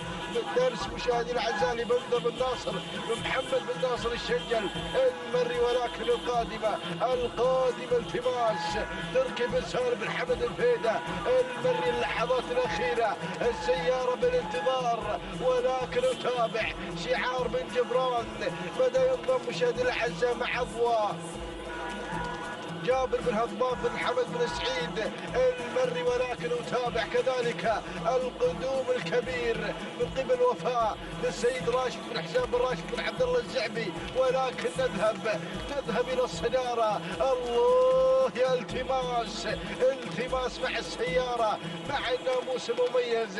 هذه التماس مشاهدينا الأعزاء تنطلق في المقدمة، تنطلق بهذا التحدي الكبير. تركي بن سالم بن حمد الفيدة المري مع البداية يقدم التماس، يقدم هذه النجمة وهذه البطلة المميزة المتواجدة على الصدارة. تهانينا والناموس بمالكها. تركي بن سالم بن حمد الفيدة المري تنتزع الناموس. التماس تهانينا لمحمد بن عايض المري على هذا الأداء الكبير. المركز الثاني درس لبندر بن ناصر محمد بن ناصر الشنجل. المركز الثالث شعار بن جبران مع أضواء لجابر بن هضبان بن حمد بن سعيد بن جبران المري. المركز الرابع وصلت فيه مشاهدينا الكرام قبول لسالم بن عبد الله بن سعيد بن محمد آل بخيت. المركز الخامس جاءت فيه وفاء لراشد بن حسام بن راشد بن عبد الله الزعبي. إذا مشاهدي الأعزاء هذه المراكز الخمسة الأولى تابعنا التماس والتوقيت الزمني 6 دقائق بدون ثواني 66 جزء من الثاني. تهانينا والناموس. المركز تهانينا والناموس لملكها تركي بن سالم بن حمد الفيدة المري حضر مع التماس في هذا الشوط. المركز الثاني درس للسيد بندر بن ناصر محمد بن ناصر الشنجل المري. التوقيت الزمني 6 دقائق 3 ثواني 76 جزء من الثاني. تهانينا والناموس. المركز الثالث جاءت في مشاهد الأعزاء أضواء لجابر بن هضبان بن حمد بن سعيد المري. توقيت الزمن 6 دقائق 6 ثواني 12 جزء من الثاني. تهانينا والناموس لجميع الفائزين.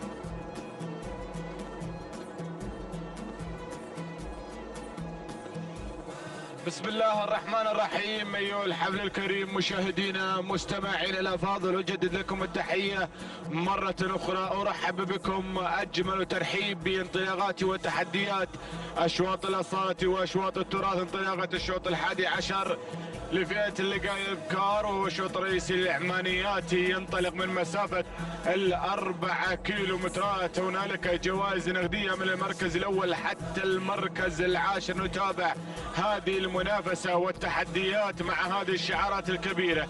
نبدأ بمجريات هذا الشوط. أول الأسماء تتواجد حدث لحمد بن فرج بن حمد بن ناصر بن دلموك المري يندفع مباشرة مع الصدارة ومع التحديات الأولى بتواجد حدث على المقدمة وعلى الصدارة. بينما المركز الثاني أتابع الاسم القادم والشعارات المتواجدة والمشاركة في هذا التحدي الكبير وبهذه المنافسة المميزة. نستمتع بهذه التحديات الجميلة على أرضية ميدان التحدي ميدان الشحانية. نتابع هذه الشعارات والأسماء المميزة التي تتواجد في هذه التحديات الجميلة ضمن فعاليات المحلية الثالث بمرحلة الأولى. بيومه الثالث نتواصل مع هذه المنافسات الكبيرة. نتابع المركز الثاني القادمة والمتواجدة في هذا التحدي الكبير. صاحبة المركز الثاني مع هذه الأسماء والشعارات المميزة والمتواجدة في هذا التحدي الكبير. نتابع هناك بن دلموك على الصدارة، بينما المركز الثاني نتابع الأسماء والشعارات المتواجدة في هذا التحدي الكبير. شعار القمرة على المركز الثاني متواجد مع فنون سعد بن محمد بن سالم بن جهويل هو من يأتي في المركز الثاني. بينما المركز الثالث يتابع القادمة سلام عبد العزيز بن محمد بن هادي الجربوع المري يتواجد مشاركا مع سلام التي تحتل المركز الثالث. المركز الرابع طنا مشعل بن غدير بن فلاح الحسان الشمري متواجد في هذه المشاركة، متواجد مع طنا الاسم الكبير الذي ينطلق ويشارك تشارك في هذه المنافسة على المركز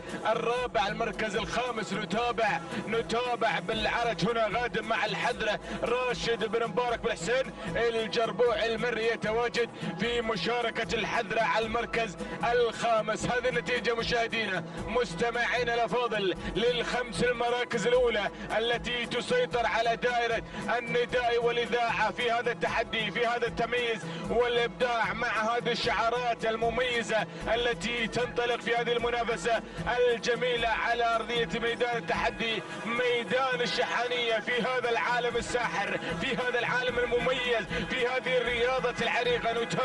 نتابع المقدمة، نتابع الصدارة مباشرة مع حدث من تبحث عن الحدث في هذا الصباح المميز بشعار بن دلموك يتقدم، ينطلق مع الصدارة، يتواجد في مقدمة هذا الشوط بتواجد حدث التي تنطلق وتسيطر على زمام الأمور حمد بن فرج بن حمد بن ناصر بن دلموك المري مع الكيلو متر الأخير والخطير. ينفرد بن دلموك في صدارة الشوط العمانيات الأصايل. يتابع حدث صاحبة هذا الشوط في المحلي الثاني، نتابعها تنطلق وتنفرد بدون منافس على الإطلاق وبدون تحريكات وأوامر. حدث ما زالت هي الأقرب للانتصار، هي الأقرب للإنجاز، ولكن نتابع بقية المراكز، نتابع مجريات هذا الشوط، الأسماء والشعارات المتواجدة في هذا التحدي الكبير. نتابع المنافسة باندفاعات وانطلاقة هنا بن جويل غادم مع فنون سعد بن محمد بن سالم. بن جويل هنا يتواجد مع المركز الثاني. المركز الثالث الحذرة متواجدة في هذه المشاركة راشد بن مبارك بن حسين الجربوعي المري، ولكن مع البداية حدث هي الأقرب لتحقيق الإنجاز مع بن دلموك الذي يسيطر على زمام الأمور بدون أوامر وبدون تحريكات. ما زالت حدث على الصدارة وعلى التحديات الأولى، تندفع مع البداية مع هذا الرقص الرباعي والتلغائي في مقدمة هذا الشوط. من البداية تريد تواصل لين النهاية في هذا العرض المتميز الذي قدمته لنا حدث في شوط العمانيات الأصايل. هي حدث بن دلموك هنا مع البداية، هنا مع الصدارة، ينتصر مع اللحظات الأخيرة. تهانينا وألف مبروك لحمد بن فرج بن حمد بن ناصر بن دلموك المري على فوز حدث وتحقيق الإنجاز. تهانينا وألف مبروك على هذا الانتصار. المركز الثاني جبارة سيف بن غانم بن سيف البوسعيد الخيارين. المركز الثالث روعة لخالد بن محمد بن خالد بن عبد الله العطية. المركز الرابع فنون لسعد بن محمد بن سالم بن جويل. المركز الخامس الحذرة لراشد بن مبارك وحسين الجربوعي المري بالشعار بالعرج. الحذرة هي من حصلت على المركز الخامس. هكذا مشاهدينا الكرام مستمعينا الافاضل تابعنا المنافسة والتحدي في انطلاقة هذه الاشواط، فكانت حدث حاضرة متوجة بناموس هذا الشوط 6 دقائق 4 ثواني 75 جزء من الثانية. تهانينا والناموس لحمد بن فرج بن حمد بن ناصر بن دلموك على فوز حدث بناموس هذا الشوط. المركز الثاني جاءت في المركز الثاني جبار بتوقيت زمن وقدره 6 دقائق 7 ثواني 6 اجزاء من الثانية. تهاني وناموس لسعيد بن غانم بن سيف البوسعيد الخيارين. المركز الثالث جاءت روعة بتوقيت زمني وقدره من مسافة 4 كيلومترات 6 دقائق 9 ثواني 5 اجزاء من الثانية. تهاني وناموس لخالد بن حمد وخالد بن عبد الله العطية على فوز روعة في المركز الثالث. شوط العمانيات الرئيسي للقاء القعدان والزميل مطلق العنزي يتواصل معكم في مجريات هذا الشوط.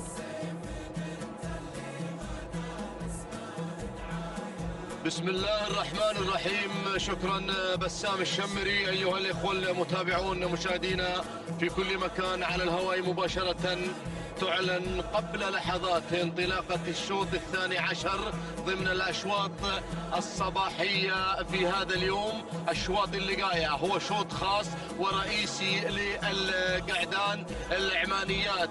انطلقنا وعلى بركة الله توكلنا في هذه المسيرة الموفقة إن شاء الله مع هذا الصباح مع 4 كيلومترات. تابعنا 10 أشواط رئيسية خاصة بالسيارات اليوم والجوائز العينية، وكان لكل هذه الأسماء المشاركة أيضا نصيب الأسد في المشاركة اليوم مع هذا الصباح الجميل. ننطلق مع المركز الأول هنا المركز الأول شعار سهيل بن هادي بن علي الحفار المري مع مضيوف على المركز الأول. المركز الثاني إسعاف عبد الله بن خالد بن راشد الشهواني الهاجري على المركز الثاني. المركز الثالث لفان على المركز الثالث يتواجد بشعار علي بن عبد الهادي بن محمد بن حبيشة آل نابت المري. المركز الرابع ضبيان سالم بن علي بن سعيد آل بريس المري على المركز الرابع.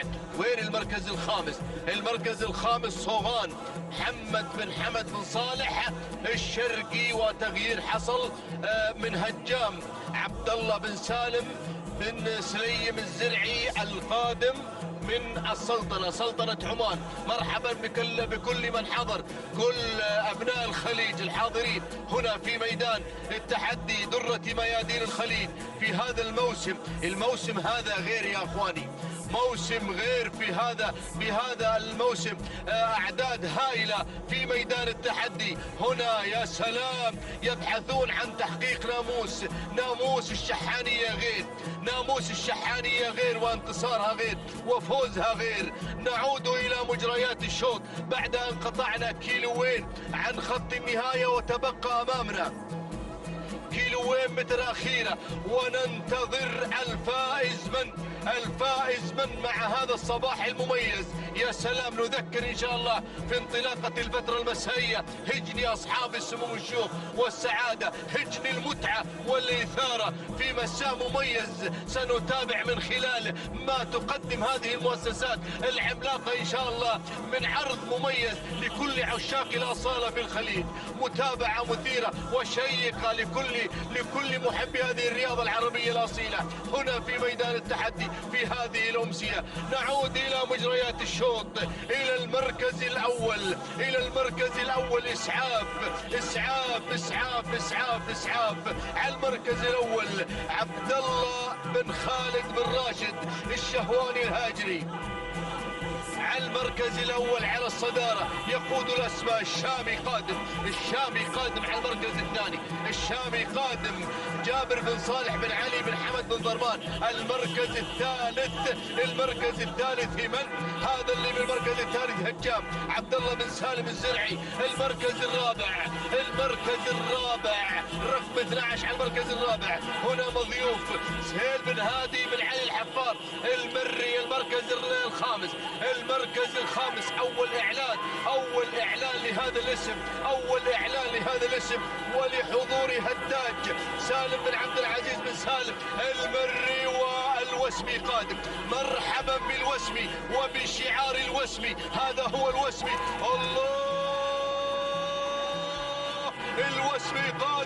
الوسمي قادم بشعار بن بادي سعد بن مبارك بن محمد آل بادي النعيمي على المركز الثالث، قادم بكل قوة، قادم وهاجم على الصدارة. يا مرحبا بشعار البادي في هذا الشوط. نعود إلى المركز الأول والخطورة مع بن ضرمان على المركز الأول. الله،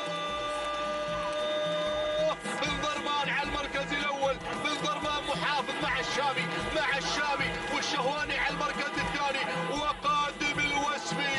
يلا يا راشد يا بن مطي الزعمي، يلا يا راشد. المركز الثالث الوسمي، أنا من جمهور الوسمي اليوم، من جمهور البادي اليوم. يا سلام، يلا يا الوسمي شوي. الله، لكن نعود إلى المركز الأول إسعاف يا الوسمي، الشامي من الجانب الآخر، الشامي جابر بن صالح بن علي بن حمد بن ضرمان يحقق رئيس العمانيات في هذا الصباح الجميل. تهانينا والناموس لمالك الشامي جابر بن صالح بن علي بن حمد بن ضرمان، تهانينا والناموس. المركز الثاني المركز الثاني إسعاف عبد الله بن خالد بن راشد الشهواني الهاجري. المركز الثالث هذا الوسمي لسعد بن مبارك بن محمد بن بادي النعيمي. المركز الرابع هداج سالم بن عبد العزيز بن سالم بن عبد العزيز المري. المركز الخامس مزاح مبارك بن محمد بن زايد الخياري. أيها الإخوة المتابعون مشاهدينا الكرام في كل مكان، التوقيت الزمني لحظة وصول الشامي 6 دقائق 8 ثواني بدون أجزاء من الثانية. تهانينا والناموس لمالك الشامي جابر بن صالح بن علي بن حمد بن ضرمان الفائز في هذا الشوط الرئيسي الخاص بالعمانيات. المركز الثاني 6 دقائق 8 ثواني 44 جزء من الثانية. صاحب المركز الثاني إسعاف عبد الله بن خالد بن راشد الشهواني الهاجري. المركز الثالث وصل الوسمي بهذا الشعار الجميل، شعار بن بادي سعد بن مبارك بن محمد بن بادي النعيمي. 6 دقائق 8 ثواني 96 جزء من الثانية. تهانينا والناموس وتهنئة لمن يتابع هذا الشعار بهذا الشوط. راشد بن بوط الزعبي، تهانينا والناموس للجميع.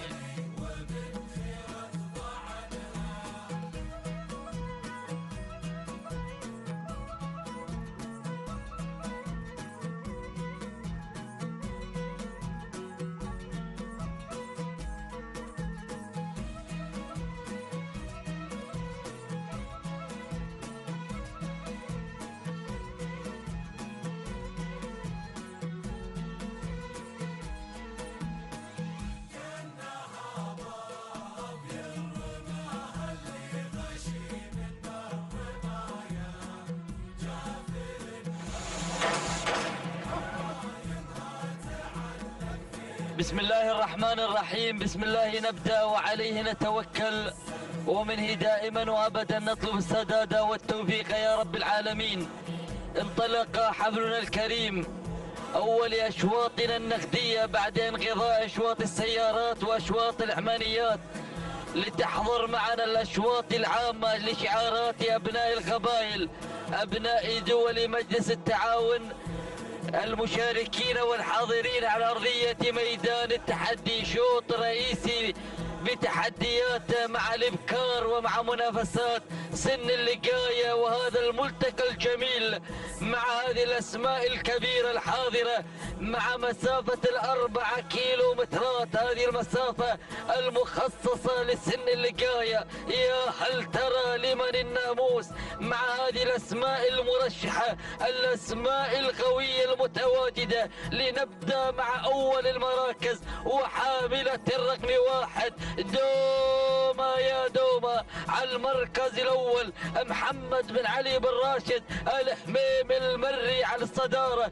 يقدم لنا شعار مع البداية. المركز الثاني نتابع معكم تقدم جبارة صالح بن حمد بن صالح النابت المري. المركز الثالث نتابع معكم غدوم وانطلاقة بلشة. على المركز الثالث حاملة الرقم 71 بلشة لصالح بن محمد بن جرحة بالمري. المركز الرابع نتابع معكم مشاهدينا الكرام تقدم وصول من قبل أيها الحفل الكريم والتواجد حاملة الرقم 28 وصلت الجزيرة حمد بن سالم بن مبارك بن جهويل المري. خامسا نتابع التقدم من وهاجة عبد الله بن محسن بن سليم بن بخيت بن خوار على المركز الخامس. ومع ختام النداء الأول للأسماء الخمسة الأولى خلف الخمس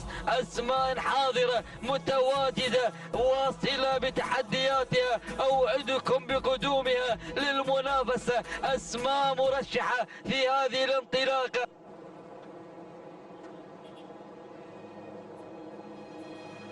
مع هذه الانطلاقة ومع هذا التواصل الجميل لنعود إلى البداية، لنعود إلى المركز الأول، إلى دوما على البداية. دوما يا الحميمي دوما تعود تعود الملكية لمحمد بن علي بن راشد الحميمي على المركز الأول. وهذه متواجدة حاملة الرقم 6. معذرة يا بن قرح، معذرة يا الزعبي. سرابة لهادي بن راشد بن هادي بن علي القرح يقدم لنا انطلاقة المركز الأول والصدارة والمقدمة. المركز الثاني التواجد والانطلاق من وهاجة عبد الله بن محسن سليم بن خوار. المركز الثالث التقدم مشاهدينا الكرام من قبل جبارة صالح بن حمد بن صالح النابت المري بن جبران، وشعار على المركز الرابع مع انطلاقة رابع المراكز. يا مرحبا بضيوف، وصلت ضيوف بهذه الانطلاقة. وصل القيثاني مع هذه البطلة المتواجدة على المركز الرابع راشد بن سالم بن محمد القيثاني المري. المركز الرابع من الجانب الأيمن نتابع معكم الجزيرة حمد بن سالم بن مبارك بن جهويل. المركز الخامس التقدم مشاهدينا الكرام من قبل الظبي سالم بن جابر بن محسن بن جبران مع المركز الخامس. ولكن العودة إلى ضيوف، إلى الضيف الغاتمة من المملكة العربية السعودية الحاضرة مع المركز الأول. ضيوف تعود الملكية لراشد بن سالم بن محمد الغيثاني المري. المركز الثاني القادمة مشاهدينا الكرام الجزيرة بن جهويل يقدم لنا الجزيرة حمد بن سالم بن مبارك بن جهويل. المركز الثالث التقدم مشاهدينا الكرام من رهب محمد بن بخيت بن برقان. المركز الرابع وصول شاهدينا الكرام مطرة سعيد بن علي بن حمد بن صلعة.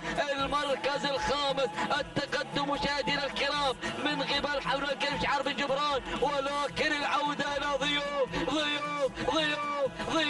على الصدارة. لم تذق طعم الهزيمة في هذا الموسم. وصيفة الرموز في العام الماضي تحضر هذه البطلة صاحبة التوقيتات الزمنية في السباق المحلي الأول والثاني. تحضر بانطلاقة شعار الغيثاني بن مرضي يقدم لنا انطلاقة البداية. يرضي جماهيره بهذه الاندفاع، يرضي عشاق هذا الشعار بهذا العرض الجميل. يبحث عن التوقيت كما فعلت في السباق الماضي وما قبله، كما فعلت ضيوف يا الغيثاني. ضيوف منفردة مع الصدارة. شوف الفارق ما شاء الله تبارك الله، الفارق ما بينه وما بين الثاني على الكادر الأسفل بانطلاقة البداية. محمد بن سالم الغيثاني من يتابعها محمد يقدم لنا ضيوف البطلة، ضيوف المتوجة، ضيوف الحاصلة على المركز الأول الثاني. والتبريكات لمحمد بن سالم الغيثاني على هذا الفوز المستحق. المركز الثاني كان الوصول من رهب محمد بن بخيت بن برقان. المركز الثالث وصلت ريشة لراشد بن علي بن نديل. المركز الرابع دومة لمحمد بن علي الهميمي. المركز الخامس كان الوصول من قبل سلابة الحميدي بن راشد بن لفجح المري. إذن ضيوف هي من خطفت ناموس هذا الشوط وتسجل النقطة الثالثة في هذا الموسم. حضرت في سباقاتنا المحلية الأول والثاني والثالث وتوقيتها الزمني 5 دقائق 58 ثانية 83 جزء الثانية. الثاني التبريكات نزفها لراشد بن سالم بن محمد الغيثاني المري، والثاني الوالد سالم بن محمد الغيثاني داعم هذا الشعار ولأنجاله الكرام على هذا الفوز المستحق. المركز الثاني كان الوصول من قبل رهف وشعار بن برقان 6 دقائق 4 ثواني 59 جزء الثانية. الثالث تبريكان محمد بن بخيت بن حميد بن برقان على هذا الفوز المستحق. المركز الثالث كان الوصول من قبل ريشة 6 دقائق 4 ثواني 93 جزء الثانية. الثالث تبريكان راشد بن علي بن محمد بن نديلة المري. بسم الله الرحمن الرحيم. مشاهدينا مستمعينا الافاضل، التواصل مستمر باشواط اللقاء. انطلاقه الشوط الرابع عشر لفئه اللقاء القعدان ينطلق من مسافه ال4 كيلومترات حاملا بطياته هذه الاعداد الكبيره والشعارات المميزه المشاركه في هذا التحدي الباحثه عن النصر والناموس. تمنياتنا لجميع الاخوه بالتوفيق والنجاح والمزيد من التقدم في هذا العالم الساحر المميز على أرضية ميدان التحدي ميدان الشحانية. نتابع هذه الشعارات المميزة تشارك بهذه الأعداد الهائلة. 51 قعود هنا يتواجد في هذه المنافسة باحثا عن الناموس والانتصار. نبدأ مع البداية ومع الصدارة مباشرة. أول الأسماء وأول الشعارات يتواجد مسعيد لعلي بن بخيت بن حمد بن علي بن مقارح مع الصدارة. هنا ينطلق أو المتحد لحمد بن صالح بن محمد بن بخيت المري يتواجد في صدارة هذا الشوط على المركز الأول. المركز الثاني أتابع هنا شعار الخيارين القادم والمتواجد والمشارك في هذه المنافسة المميزة على المركز الثاني. المركز الثالث أتابع الأسماء المتواجدة والمشاركة في هذا التحدي. يتواجد الباز لمحمد بن سعيد بن محمد الخيارين على المركز الثالث. المركز الرابع نتابع الدمدم لسعيد بن عبد الهادي بن علي بن عبد الهادي الشهواني يتواجد على المركز الرابع. بينما المركز الخامس يتابع الاسماء والشعارات المميزه التي تشارك في هذه المنافسه الجميله. نتابع ونستمتع في هذا العالم الساحر في هذا العالم المميز مع هذه الشعارات الكبيره المتواجده في هذه المنافسه المميزه. المركز الخامس مشاهدينا الكرام نتابع هذه الاسماء والشعارات التي تشارك في هذا التحدي الجميل مع هذا الصباح المميز مع اشواط التحدي والمنافسه. هذه نتيجه للخمس المراكز الاولى للخمس الاسماء المميزه التي تنطلق في هذا التحدي وبهذا المسار المميز. نتابع التحدي ونتابع المقدم مباشره مع صداره الشوط. يتواجد في هذه الانطلاقه في هذا التحدي المميز في هذا المنافسه الجميل الباز لمحمد بن سعيد بن محمد الخيارين مع الصداره مباشره يتواجد في مقدمه هذا الشوط. المركز الثاني الدمدم لسعيد بن عبد الهادي بن علي بن عبد الهادي الشهواني يتواجد مع المركز الثاني. المركز الثالث نتابع الاسماء والشعارات المتواجده. يتواجد الباز لاحمد بن محسن بن سليم بن بخيت الخوار يتواجد على المركز الثالث. المركز الرابع من الجانب الايمن يشارك هنا احد الشعارات المميزه الذي ينطلق في هذا التحدي المميز. بينما هنا التدخل في هذه اللحظات مع انطلاق وتحديات عزام عبد الله بن صالح بن عبد الله النابت المري وايضا المشاركه مع المتحد حمد بن صالح بن محمد بن بخيت المري يتواجد في هذه المشاركه وعاد الى المقدم واستعاد الصداره مباشره في هذه المشاركه. هنا الفاتوح يتقدم مشاركا في هذه المنافسه المميزه. هذه نتيجه للخمس المراكز الاولى المسيطره على دائره النداء والاذاعه مع هذه الاسماء والشعارات المنطلقه الباحثه عن الناموس الباحثة عن الانتصار. الدمدم هنا سعيد بن عبد الهادي الشهواني يتقدم بهذه اللحظات ولكن هنا يتقدم بن سفران متواجد في هذا التحدي في هذا الانطلاق في هذا التحدي. او آل فهيدة مع مهم لفهيد بن مسعود بن راشد آل فهيدة المري وصل مباشرة بأول نداء إلى المقدم. مهم إلى البداية في مهمة صعبة من أجل انتزاع الناموس والانتصار. مهم على الصدارة يتقدم بهذه اللحظات. المركز الثاني مهيب حمد بن صالح بن مبارك بن جهويل المري. وثالثا المتحد هنا يشارك حمد بن صالح بن محمد بن بخيت المري على المركز الثالث يتواجد مشاركا في هذه المنافسة. الله وصل الكبار في هذا المسار. وصل الامبراطور وصل بانطلاقة واندفاعة سياف محمد بن علي بن قريح المري. وصل في هذا التحدي الكبير. وصل راعي القصوى وصل راعي الشعارات المميزة وصل راعي الاسماء الكبيرة الامبراطور. ولكن آل فهيدة مع البداية باندفاعة مهم مع الصدارة. ما زال منطلق مع الصدارة فهيد بن مسعود بن راشد. آل فهيدة المري بن بتلة يتقدم ينطلق مع الصدارة ولكن الامبراطور الأنوار غادا بكل قوة مع سياف الذي تسلل وانطلق مباشرة. محمد بن علي بن قريع المري يتواجد هنا في منافسة شيقة من أجل الناموس ومن أجل انتصار بن قريع ومبتلة في منافسة من أجل الصدارة من أجل الناموس. هنا مهم وهنا سياف ومهم ولكن سياف بن قريع مهم بن بتلة مع اللحظات الأخيرة والخطيرة، ولكن الإمبراطور يحقق الإنجاز ينتصر بناموس هذا الشوط. محمد بن علي بن قريع المري يفوز مع سياف بناموس هذا الشوط. تهانينا والف مبروك. المركز الثاني مهم لفهيد بن مسعود بن راشد الفهيدة المري. المركز الثالث وصل منذر لعبد الله بن صالح بن سعيد الجربوعي المري. المركز الرابع وصل صابر لناصر بن عبد الله بن احمد المسند. المركز الخامس رياض راشد بن حمد بن متعب المنخس المري.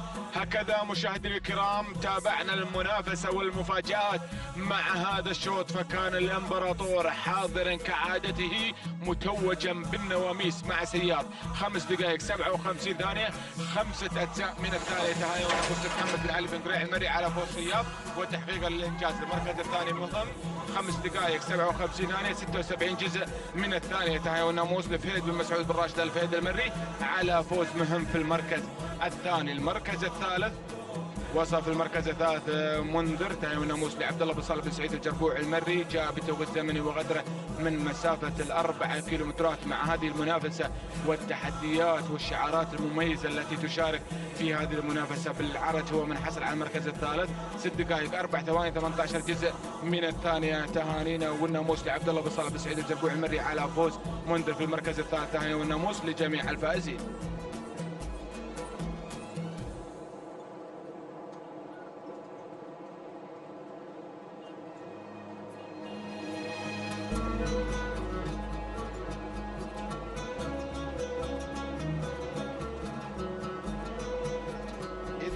مشاهدينا ومتابعينا الكرام تتواصل التحديات والإثارة من هنا من ميدان التحدي ميدان الشحانية لسباقات الهجنة العربية الأصيلة مع انطلاق شوطنا ال15.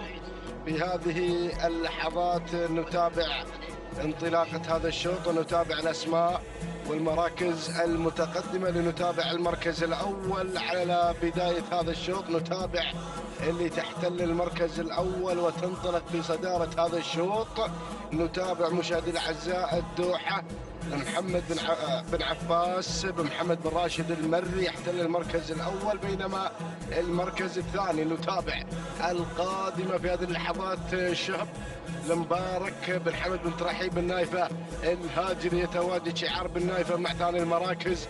والمركز الثالث نتابع من مخرجنا العزيز القادمة في هذه اللحظات والمنطلقة في هذا التحدي الكبير اللي تحمل رقم 19 مرضية لراشد بن محمد بن حمد بن لنقح المري يحتل المركز الثالث، بينما المركز الرابع أرى وأتابع الدفنة تصل في هذه اللحظات لعبد العزيز بن محمد بن علي بن سعيد بن دجران المري على مستوى المركز الرابع، بينما المركز الخامس من الجانب الآخر أرى التسلل والانطلاق في هذه اللحظات. نتابع من خلال هذا الشعار الأخضر المتسلل من الجانب الآخر وكذلك الشعار الزعبي هنا القادم في هذه اللحظات مع خامس المراكز. هذه النتيجة للمراكز الخمس الأولى ونذهب إلى ركب الصدارة لنتابع شهب على البداية المبارك بن حمد بن ترحيب بن نايفة الهاجري على المقدمة، ولكن نتابع ثاني المراكز الدوحة لمحمد بن عباس بن محمد بن راشد المري مع ثاني المراكز، بينما المركز الثالث أتابع في هذا الانطلاقة أتابع في هذا الحضور القادم مع ثالث المراكز الشعار الأخضر من الجانب الآخر المنطلق في هذا التحدي الكبير. الله القادمة مشاهدينا الكرام القادمة في هذا التحدي منصورة ليوسف بن ناصر بن خادم النصري القادم مع هذه التحديات الكبيرة ليقدم منصورة وتنطلق في ثالث المراكز. المركز الرابع هنا مغيضة لعبد الهادي بن منصور بن عبد الهادي بن نايف الهاجري يتقدم في هذه اللحظات في رابع المراكز، بينما المركز الخامس وتابع الوصول الخطير والانطلاق مشاهدي الاعزاء من قبل بروق لحمد بن محمد بن راشد بن مقارح المري على مستوى المركز الخامس. هذه النتيجة مشاهدينا الكرام مع الخمس المراكز الأولى مع التحدي الكبير. يا سلام يا سلام، ولكن نذهب إلى الدوحة على الصدارة، ولكن بن نايفة يتواجد وينطلق مشاهدي الأعزاء في هذا الانطلاق الكبير من خلال انطلاقة شهب مبارك بن حمد بن ترحيب بن نايف الهاجري يتقدم على أول المراكز، والدوحة في ثاني المراكز. الدوحة تنطلق لمحمد بن عباس بن محمد بن راشد المري على مستوى المركز الثاني، بينما المركز الثالث وتابع الانطلاق والهجوم المكثف من قبل هذا الشعار المميز شعار بن نايفة. نعم، غيظ عبد الهادي بن منصور بن عبد الهادي بن نايف الهاجري، ولكن شعار بن جبران بدأ ينضم مشاهدي الأعزاء مع المراكز المتقدمة لينطلق مع رعود سالم بن جابر بن محسن بن جبران المري. وأرى شعار بن دلموك أحد الشعارات الخطيرة يقدم ضمن ناصر بن فرج بن حمد بن ناصر بن دلموك المري على مستوى المركز الرابع. ولكن ايضا القادمه مشاهدينا الكرام وصلت بروق حمد بن محمد بن راشد بن مقارح المري، ولكن نذهب الى الصداره، نذهب الى المقدمه. بن جبران على الصداره، بن جبران مع المقدمه بتواجد رعود على البدايه، ولكن الله يظل مع ثاني المراكز، ظل مع بن دلموك ناصر بن فرج بن حمد بن ناصر بن دلموك المري يحتل المركز الثاني. وهنا الرعود على البدايه، رعود مع المقدمه سالم بن جابر بن محسن بن جبران المري على المقدمه يقدم لنا رعود. الله يا شعار النجوم، شعار بن جبران على البدايه، ولكن بن دلموك يقدم ظن في ثاني المراكز. والقادم التماس محمد بن بخيت بن حميد بن برقاب بن مقارح المري يصل في الامتار الاخيره ليقدم لنا التماس، ولكن بن جبران والتماس مع بن مقارح. سلام يا بن مقارح، من خطف هذا الناموس المميز محمد بن بخيت بن حميد بن برقام بن مقارح المري تهانينا. والناموس على فوز التماس بالمركز الاول. المركز الثاني رعود لسالم بن محسن بن جبران المري. المركز الثالث ظن لناصر بن فرج بن حمد بن ناصر بن دلموك المري. المركز الرابع جاءت فيه مشاهدينا الكرام الثيب السعيد بن بريك بن صالح الجربوع المري. المركز الخامس حقوه لعلي بن راشد بن سعيد الهايله المري. اذا مشاهدي الاعزاء تهانينا والناموس مره اخرى لمالك التماس ومفاجاتنا في الامتار الاخيره، وحققت المركز الاول. تهانينا والناموس لمحمد بن بخيت بن حميد بن برقان على هذا الفوز الكبير مع التماس. 6 دقائق 6 ثواني 54 جزء من الثانيه هو توقيت التماس صاحبة المركز الأول وصاحبة كلمة الناموس. المركز الثاني رعود قدمت أداء وعرض يشكر عليه. تهانينا لسالم بن جابر بن محسن بن جبران المري 6 دقائق 6 ثواني 74 جزء من الثانيه. تهانينا وألف مبروك. المركز الثالث ظن بشعار ناصر بن فرج بن حمد بن ناصر بن دلموك المري 6 دقائق 7 ثواني 20 جزء من الثاني. تهانينا ونفوز لجميع الفائزين.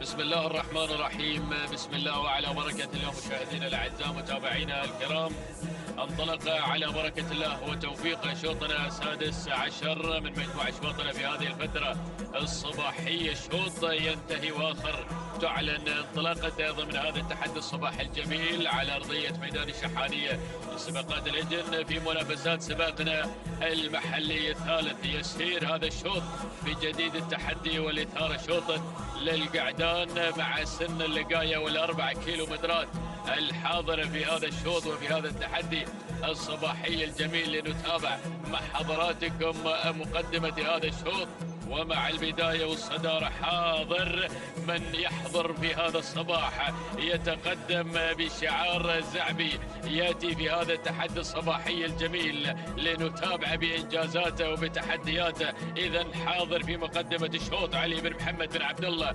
الزعبي الذي يقدم هذا الاسم على مقدمة هذا الشوط، بينما النقلة مع المركز الثاني أو تابع في ثاني المراكز يأتي التواجد من زاهي لعبد الهادي بن سيف بن فهد الخيارين، من يتقدم مع زاهي الذي بدأ يغير في هذه اللحظات إلى مقدمة الشوط، بينما النقلة مع المركز الثالث. أتابع التقدم في هذه اللحظات والوصول أيضا متابعين الأعزاء من اللي يحضر على ثالث المراكز في هذا المسار الجميل وفي هذا التحدي المميز. إذن أتابع القادم مشاهدين الكرام اللي على المركز الثالث في هذا التحدي المميز والاندفاع الجميل، على ما يبدو أن شعار بن عمارة اللي أخذ المركز الثالث، بينما النقلة مع رابع المراكز. في المركز الرابع نجد لعبد الهادي بن محمد بن سويري المري، وخامس المركز الخامس. تابع القادم في هذه اللحظات يأتي الوصول من مشقي لعلي بن زيد بن علي الشراب. هذه نتيجتنا مع الخمس المراكز والخمس الأسماء المتقدمة الفايف ستار، لكن عودة إلى زاهي الذي يزهو في مقدمة الشوط بشعار الخيارين، ينطلق في الصدارة وفي البداية في هذا المسار الجميل، ولكن من هناك حاضر يا الزعبي، حاضر اللي بدأ يغير أمور الصدارة مع انتصاف المسافة، يحضر في هذا الصباح بسجله المليء بالإنجازات، صاحب أيضا 3 سيارات ووصيف الرمز في مهرجان آسيا. هذا هو حاضر يحضر في هذا الصباح بتحديات هذا الشعار، شعار الزعبي، ينطلق في المركز الأول وفي صدارة هذا الشوط في هذا المسار الجميل، بينما على المركز الثاني زاهي عبد الهادي بن سيف بن فهد سيف الخيارين يتقدم مع زاهي في المركز الثاني وثالث المراكز. التواجد من حصاد اللي خذ المركز الثالث لراشد وحصاد لراشد بن طالب بن علي الجربوعي المري. وفي المركز الرابع رابع المراكز بدأ الوصول في هذه اللحظات، منهل يصل في هذه اللحظة محمد بن بريك بن محمد بن بريك المري. يلا يا زميلنا الإعلامي يتقدم في المركز الرابع وخامس المراكز، وصول من عاهل محمد بن جابر بن سالم بن جابر المري. هذه نتيجتنا للخمس المراكز، لكن بنعود إلى صدارة الشوط مع المركز الأول، مع الصدارة مع مركز التحدي الأول 1200 يا الزعبي عن خط النهاية. خلك مركز يا أبو محمد في مقدمة الشوط مع حاضر في المقدمة وفي الصدارة. هذا هو حاضر يحضر في هذا الصباح ويحضر في هذا التحدي الجميل في أول ظهور له في هذا الموسم. يتقدم في المركز الأول بتحدياته الجميلة علي بن محمد بن عبد الله الزعبي، يتقدم في المركز الأول مع حاضر، وفي ثاني المراكز حصاد لراشد بن طالب بن علي الجربوعي المري، وفي ثالث المراكز تواجد وانطلاق من الفايز عبد الله بن محمد بن خزين المري. ورابع المراكز التواجد ياتي في هذه اللحظات والانطلاق الجميل من الحاصل محمد بن سعيد بن صالح الجربوعي المري. وخامس المراكز تقدم ممتاز في هذه اللحظات من لوسيل محمد بن ناصر بن مبارك آل شافي. هذه نتيجتنا، لكن عودة إلى مقدمة الشوط، عودة مع الفايز، عودة مع التحدي، الفايز في اللحظات الأخيرة، والنزاع ما بين الفايز وما بين حصاد من الرابح في هذا الشوط. ولكن الله حصاد اللي غير شعار بن عمارة يتقدم في هذا المسار الجميل مع حصاد في مقدمة الشوط. راشد بن طالب بن علي الجربوعي المري يقدم نجومية التحدي هنا مع حصاد مع اللحظات الأخيرة. الفايز في المركز الثاني، ولكن هو الأقرب حصاد مع الناموس مع الانتصار، واسم جديد بدأ ينضم في هذه اللحظات. وصل شعار البطين الحذر سالم بن سعيد بن صالح الجربوعي المري. وصلنا في اللحظات الأخيرة، فاجأنا في اللحظات الأخيرة. سلام ما يبنى لطاري إلا مع اللحظات الأخيرة. ما شاء الله تبارك الرحمن، الحذر الذي خطفنا يحمل الرقم نعم 59 العمال لخليل بن سالم بن حمد البطين. يا سلام يا البطين، حضر مع العمال في اللحظات الأخيرة وخطف ناموس هذا الشوط أيضا بتحدي مميز. ما شاء الله هنيالك الناموس والانتصار، وأسعد الله صباحك على هذا الفوز. بينما المركز الثاني من وصل حصاد لراشد بن طالب بن علي الجربوع المري. وفي المركز الثالث الفايز عبد الله بن محمد بن خزين المري. المركز الرابع كان من نصيب الحاصل لمحمد بن سعيد بن صالح الجربوع المري. وخامس المراكز المركز الخامس كان من نصيب عاهل لمحمد بن جابر بن سالم بن جابر المري. هذه نتيجتنا، ولكن عودة مع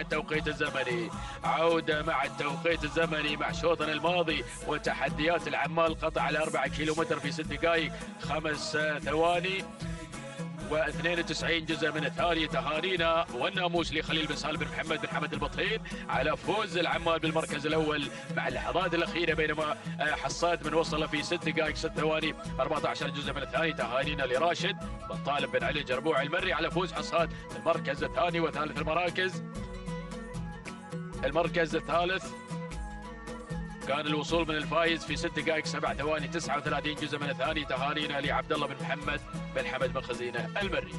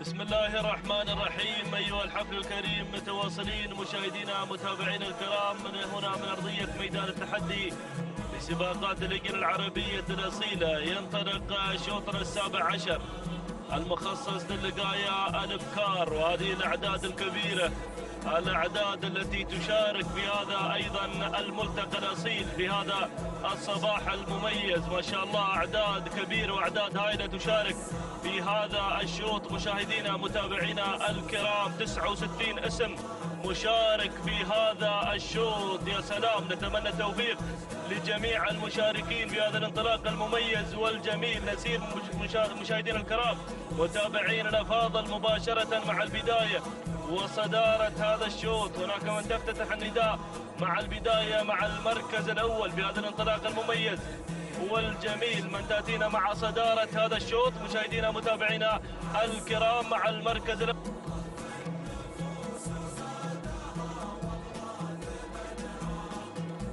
إذن المركز الأول مشاهدينا متابعينا الكرام تأتينا أمجاد لمسلم بن طالب بن مسلم بن عقيل. شعار بن عقيل من يأتي مع البداية مع المركز الأول وصدارة هذا الشوط، أو عفوا شواهين. محمد بن حسين بن محمد الجرحب مع البداية مشاهدينا الكرام، بينما أتابع المركز الثاني اللي تدخلت في هذه اللحظات وصول وتقدم من الذيبة حسين بن بريك بن صالح الجربوعي المري من تتقدم مع المركز الثالث في هذه اللحظات. ولكن دخول ايضا في هذه اللحظات مشاهدينا الكرام من شعب طهران بن عتيق آل بريد من يتقدم في هذه اللحظات. ايضا ينطلق مع المركز الرابع مع انطلاقة نعم الظبي عتيق بن طهران بن عتيق آل بريد المري. والمركز الخامس يتابع الوصول والتقدم في هذه اللحظات مشاهدينا الكرام من قبل اللي واصله غزل لسعيد بن محمد بن علي الفهيده المري من تتقدم في هذا الانطلاق المميز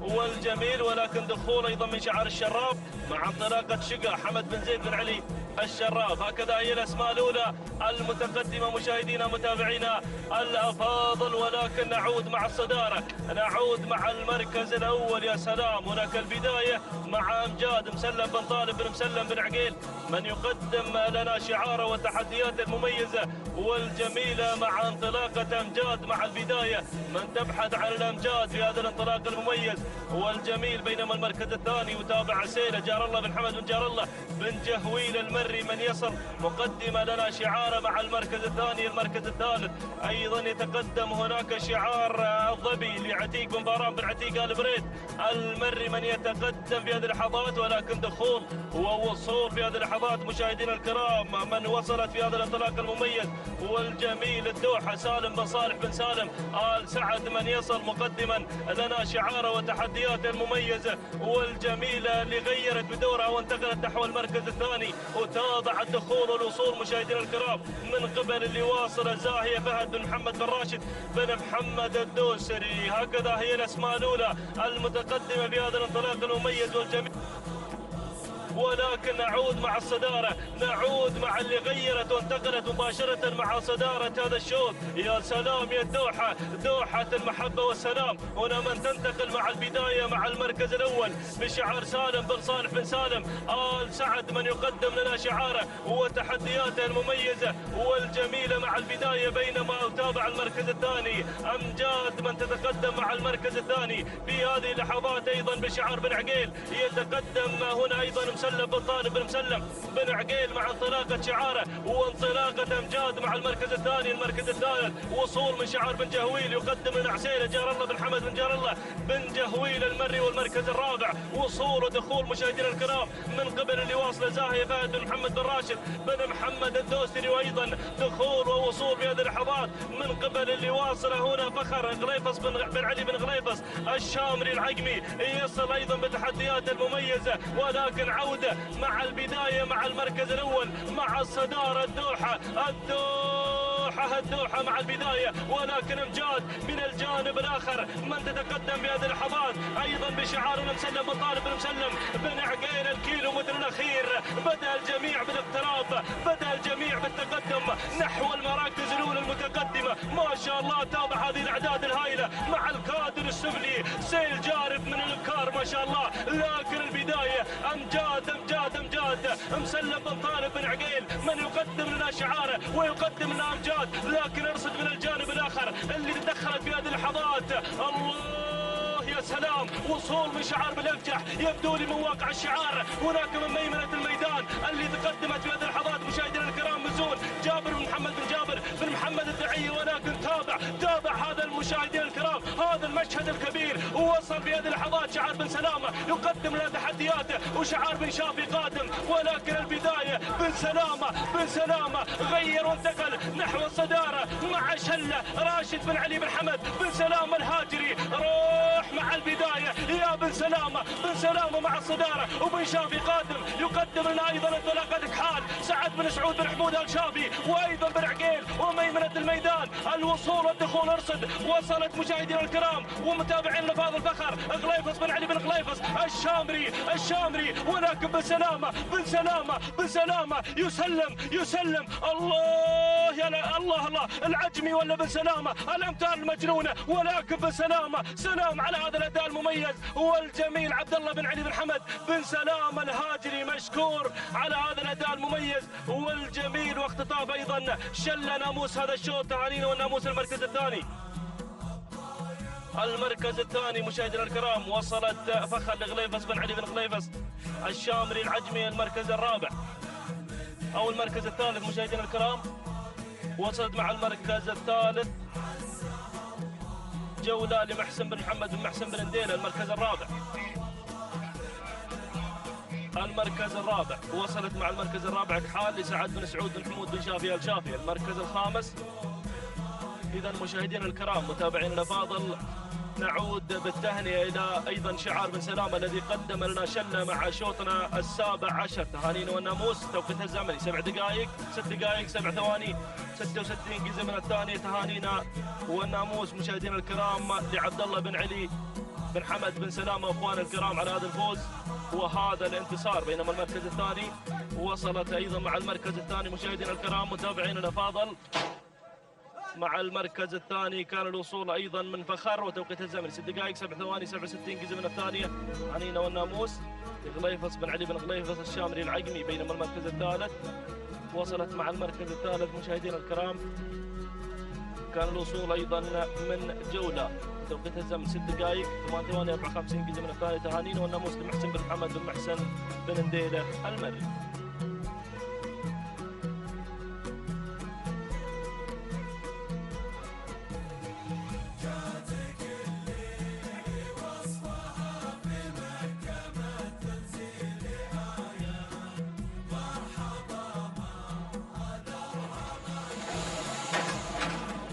بسم الله الرحمن الرحيم. متابعينا مشاهدينا الأعزاء على بركة الله وتوفيقه ينطلق شوطنا الثامن عشر للقاية القعدان، ومن مسافة 4 كيلومترات انطلقت هذه الأسماء، اندفعت هذه الشعارات لتزين أرضية هذا الميدان. انطلقت القعدان اللقاية على بركة الله.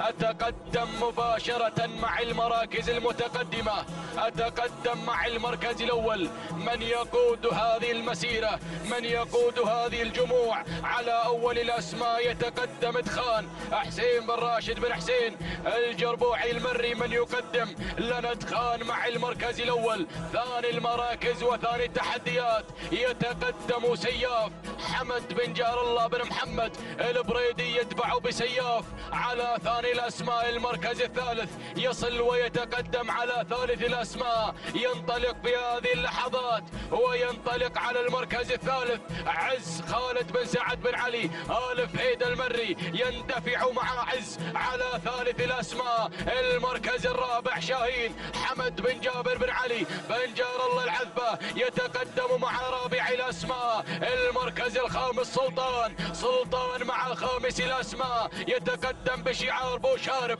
سعيد بن محمد بن علي بن سعيد بوشارب المري، يدفع على خامس الأسماء. ولكن ألاحظ التغيير، من غير من المركز الخامس إلى المركز الرابع إلى المركز الثالث.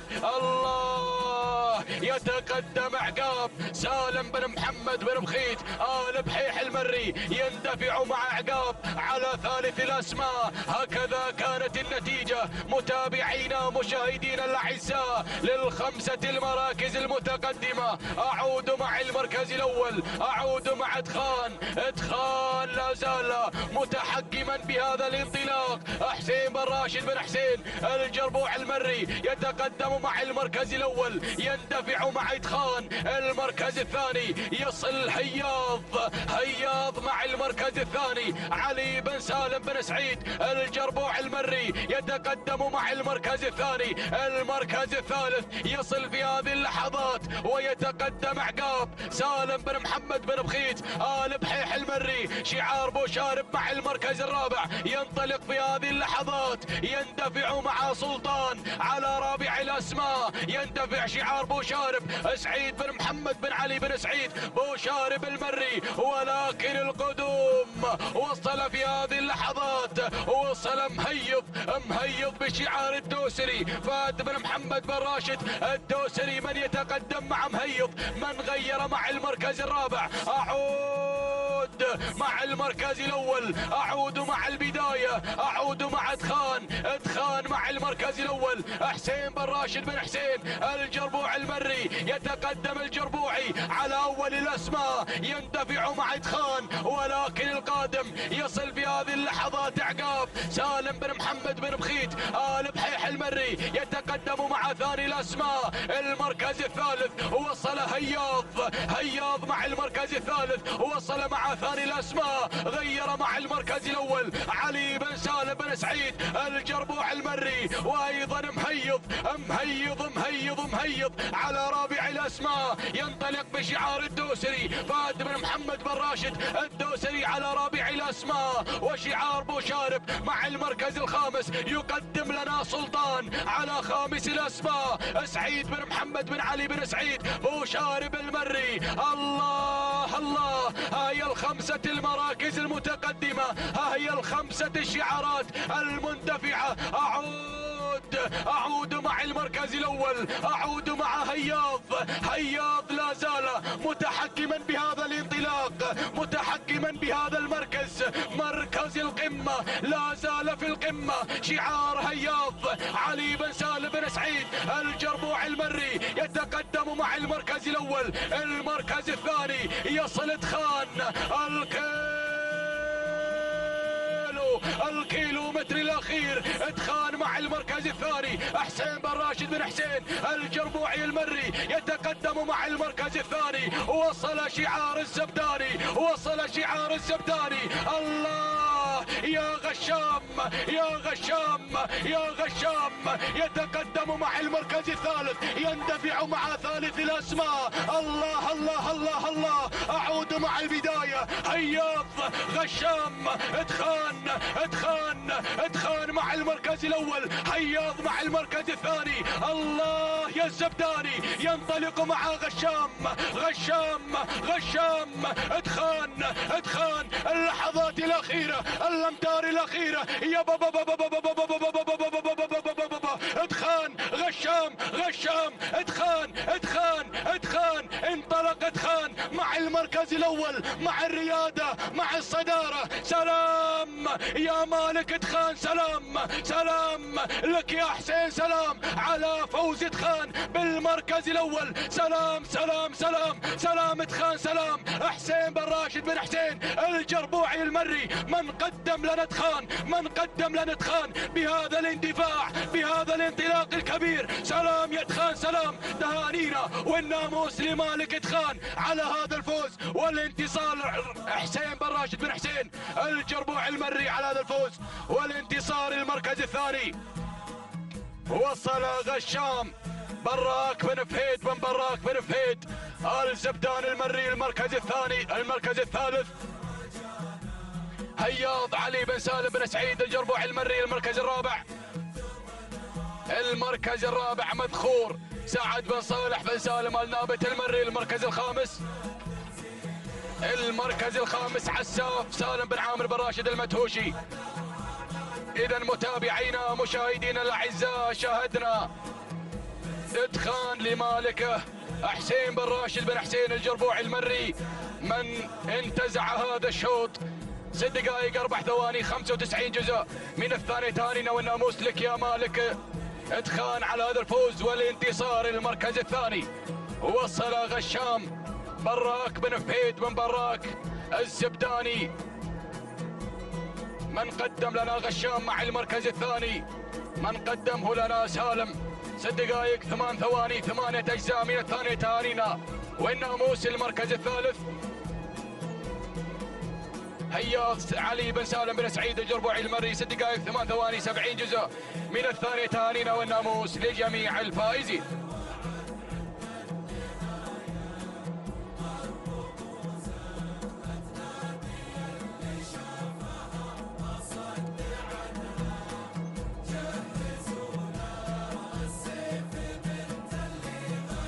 السلام عليكم ورحمة الله وبركاته أيها الأخوة مشاهدينا الكرام. انطلق الشوط التاسع عشر.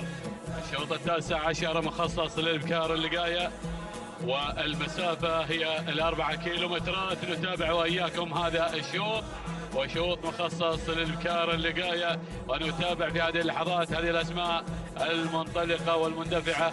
هنا المقدمة والصدارة مع المركز الأول. هناك نتابع الهبوح لسالم بن علي بن حمد بن سلامة الهاجري على المركز الأول وعلى مقدمة هذا الشوط. نتابع انطلاقتها بشعار بن سلامة في هذه اللحظات مع المقدمة والصدارة، بينما المركز الثاني والوصول هنا في هذه اللحظات من اللي واصلة على المركز الثاني. نتابع في هذه اللحظات اللي هي متواجدة الشايبة لمحمد بن ناصر الشنجل على المركز الثاني. في هذه اللحظات نتابع هذا الانطلاق والاندفاع، بينما المركز الثالث والوصول مع المركز الثالث. نتابع في هذه اللحظات الوصول هنا من الظبي لراشد بن سعيد بوضحة المري على المركز الثالث، منطلق ومندفع مع الظبي اللي على ثالث المراكز، بينما المركز الرابع ومن تصنع على المركز الرابع اللحظات اللي ناخذ صاحبة المركز الرابع في هذه اللحظات تصنع هنا اللي هي نبل محمد بن مبارك البادي النعيمي قادم مع المركز الرابع. المركز الخامس نتابع في هذه اللحظات صاحبة المركز الخامس. هنا نتابع في هذه اللحظات اللي هي أريج لعلي بن عبد الله بن يحيى. مرحبا بأريج صاحبة الإنجازات والسجلات الحافلة وبعد غياب طويل يا أريج هنا قادمة مع انتصاف المسافة، مع انتصاف المسافة بانطلاقتها، ولكن بنعود إلى أبو وضحة اللي غير مجرى الأمور إلى المقدمة، إلى هنا إلى المقدمة والصدارة مع الظبي لراشد بن سعيد بوضحة المري مع المقدمة والمركز الأول. المركز الثاني نتابع بوح لسالم بن علي بن حمد بن سلامة الهاجري. المركز الثالث هنا بن بادي النعيمي قادم في هذه اللحظات مع نبا لمحمد بن مبارك بن محمد البادي أيضا قادم هنا مع المركز الثالث. يا سلام على هذا الأداء والانطلاق، بينما المركز الرابع شوفوا اللي واصله بشعار أيضا بن دلهم اللي قادمه فرق ناصر بن عبد الهادي بن ناصر بن دلهم الهاجري. المركز الخامس في هذه اللحظات نتابع هناك بن سلامة مع بوح سالم بن علي بن حمد بن سلامة الهاجري أيضا قادمة أريج قادمة مع المركز الرابع. نتابع أريج اللي هي أريج لعلي بن عبد الله بن يحيى. يا سلام هذا الشوط، يا سلام بدأت الأسماء بالظهور، بدأت الأسماء بالظهور. الله سيل جارف مع هذه المراكز. لاحظوا هنا أيضا أسماء منطلقة مندفعة. بن دلهم بدأ يغير، بدأ ينطلق، بدأ يندفع مع المقدمة هنا في هذه اللحظات. يا سلام يا بن دلهم على المركز الأول مع فارق ناصر بن عبد الهادي بن ناصر بن دلهم الهاجري على المركز الأول. راعي الزعيمة، يا سلام يا راعي الزعيمة قادم في يوم الأمس أيضا من حققت الناموس بهذا الشعار، وشعار أيضا بنت عز الجيش وشعار العديد والعديد. ولكن الله شوفوا اللي قادمة، شوفوا اللي منطلقة. الله يا بن بتلة قادم هنا في هذه اللحظات مع المنطلقة. يا سلام يا سيوف حمد بن راشد بن محمد الزقيبة. يا سلام مع الانطلاق إلى مقدمة الشوط مباشرة، بينما المركز الثالث أول ندى أيضا لصاحبة المركز الثالث اللي قادمة في هذه اللحظات الواعية لهادي بن محمد بن راشد في الزبدان، ولكن المركز اللي تسللت، شوفوا اللي تسللت، شوفوا اللي قادمة هناك أيضا من الجانب الأيمن، من الجانب الأيمن. الله يا سلام يا سلام، المنطلقة هناك على مقدمة الشوط.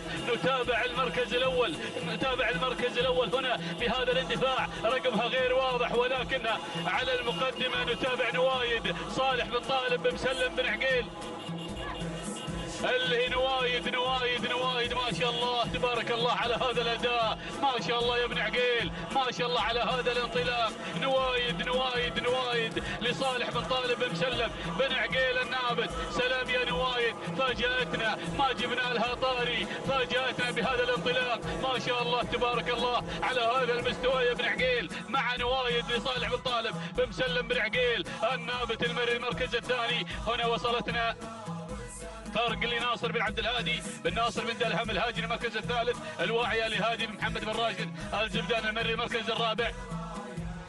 المركز الرابع وصلتنا سيوف لحمد بن راشد بن محمد الزقيبة المركز الخامس. المركز الخامس وصلت وفا لصالح بن بريك بن صالح بالعرج المري. شاهدنا هذا الشوط، شاهدنا التحدي والتنافس الى الرمق الاخير، ولكن فاجأتنا وانطلقت بهذا الفوز المستحق. سلام يا ابن عقيل، سلام صالح بن طالب بن عقيل اللي سجل هذا الناموس المستحق، وتستاهل ايضا يا مسلم ايضا على هذا الناموس المستحق مع هذا الفوز. وساعة وصولها الى خط النهاية 6 دقائق 5 ثواني 24 جزء من الثانية. تهانينا لمالك نوايد صالح بن طالب بن مسلم بن عقيل النابت، ما شاء الله على هذه البكرة وأدائها وتميزها. المركز الثاني، المركز الثاني وصلت فرق توقيتها الزمني 6 دقائق 7 ثواني 72 جزء من الثانية. تهانينا لمالك فرق ناصر بن عبد الهادي بن ناصر بن دلهم الهاجري. المركز الثالث وصلت على المركز الثالث اللي هي الواعية، توقيتها الزمني 6 دقائق 11 ثانية 89 جزء من الثانية. تهانينا لمالك الواعية هادي بن محمد بن راشد الزبدان المري.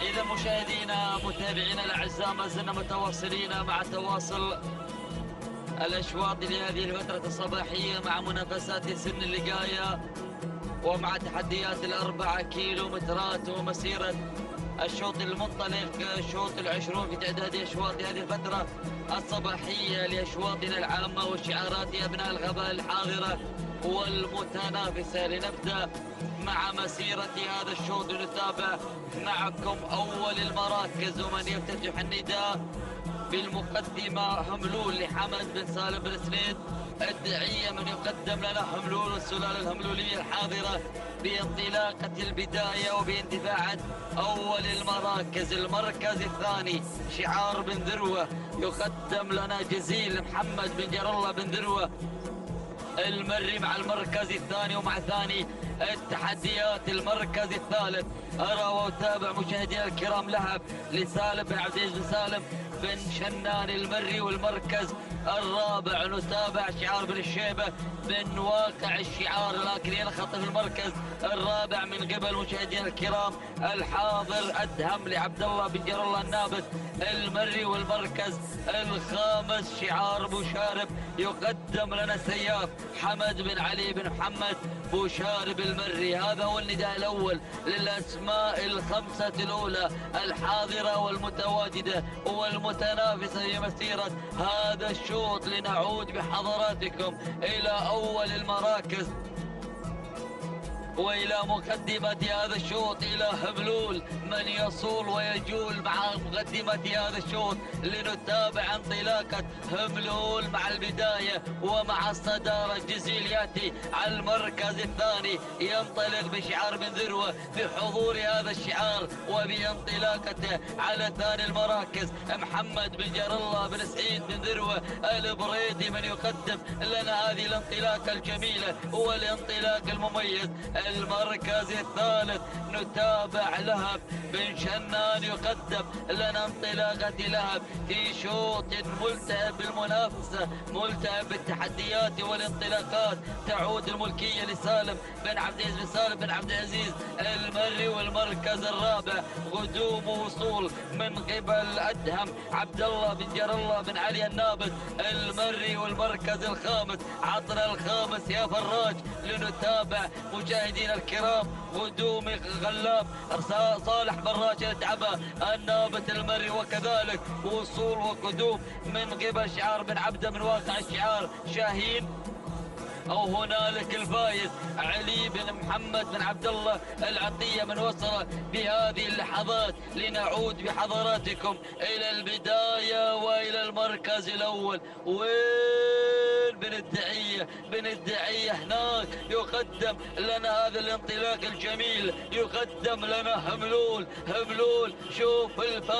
شوف الفارق على الكادر الأسفل. ماذا يقدم لنا مخرج هذا السباق من خزينة من لقطات مميزة؟ يقدم لنا الفارق ما بين المركز الأول والثاني. المركز الثاني القادم والواصل بهذه اللحظات أدهم يصل ويتحرك بهذه اللحظات بشعار عبد الله بن جر الله النابت المري. والمركز الثالث الوصول مشاهدينا الكرام من الفايز علي بن محمد بن عبد الله العطية. المركز الرابع تقدم مشاهدينا الكرام من قبل لهب سالم بن عبد العزيز بن سالم بن عبد العزيز المري. خامسا نتابع معكم سياف حمد بن علي بن محمد مشارف مع المركز الخامس ومع خامس التحديات. هذه هي الاسماء، هذه هي الشعارات، هذه هي التحديات. لكن قدمنا يا ابو مهره الى البدايه الى المقدمه لنرى ونتابع حملول وما يقدم لنا حملول بانطلاقته على البدايه. وشعار حملول شعار ايضا كبير يقدم لنا الاسماء الكبيره، الاسماء المثيره. يفتتح مجريات الكيلومتر الاخير بن الدعيه. ياما وياما وياما حمل هذا الشعار اسماء كبيره، اسماء ايضا قدمت لنا العديد من الانجازات واهدت ابناء الشحانيه الانجازات العديده. مثلت هذا الشعار ومثلت هذا الميدان خير تمثيل في السباقات المحليه والخارجيه. يقدم لنا ايضا علي بن سالم بن سعيد الدعيه هملول مع البدايه. لكن الاسماء وصلت الشعارات، وصلت الاسماء. الله يا بن حقين. وهنالك شعار العطيه القادم والمنطلق مع بن عبده علي بن عبد الهادي بن عبده من يقدم لنا هذه الانطلاقه على البدايه وعلى المركز الاول مع الفايز لعلي بن محمد العطيه المالك من يقدم لنا مسيره البدايه. المركز الثاني وطول ادهم عبد الله بن جر الله النابت المري. ولكن الامور مع البدايه والمقدمه والصداره. الفايز فاز حتى هذه اللحظات. لكن بن عقيل بن عقيل الله يا الفايز الانجاز الفوز مع الفايز الثاني والتبريكات للمالك الفايز علي بن محمد العطيه، والثانيه لعلي بن عبد الهادي بن عبد الغفراني من قدم لنا الفايز وفاز في هذا الشوط الثاني والتبريكات. المركز الثاني وصل ادهم لعبد الله بن جر الله النابت المري. المركز الثالث كان الوصول من قبل سياف مع ابو شارف. المركز الرابع وصل هملول مع بن الدعيه. خامسا كان الوصول من قبل مشاهدينا الكرام ذرب لعبد الله بن راشد بن صقر المريخي. مشاهدينا الكرام متابعينا الاعزاء تابعنا المنافسه في هذا الشوط، تابعنا شعار بن عبده، شعار علي بن عبد الهادي بن عبده من فاز معنا في هذا الشوط 6 دقائق 3 ثواني 97 من الثانيه. اثناء التبريكات لمالك الفايز علي بن محمد بن عبد الله العطيه من فاز معنا في هذه الانطلاق. المركز الثاني كان الوصول من قبل ادهم 6 دقائق 4 ثواني 57 من الثانيه. اثناء التبريكات لمالك ادهم عبد الله بن جر الله بن علي النابت المري. المركز الثالث كان وصول من قبل سياف توقيته الزمن 6 دقائق 7 ثواني 51 جزء من الثانية. تهاني التبريكات لأبو شارب.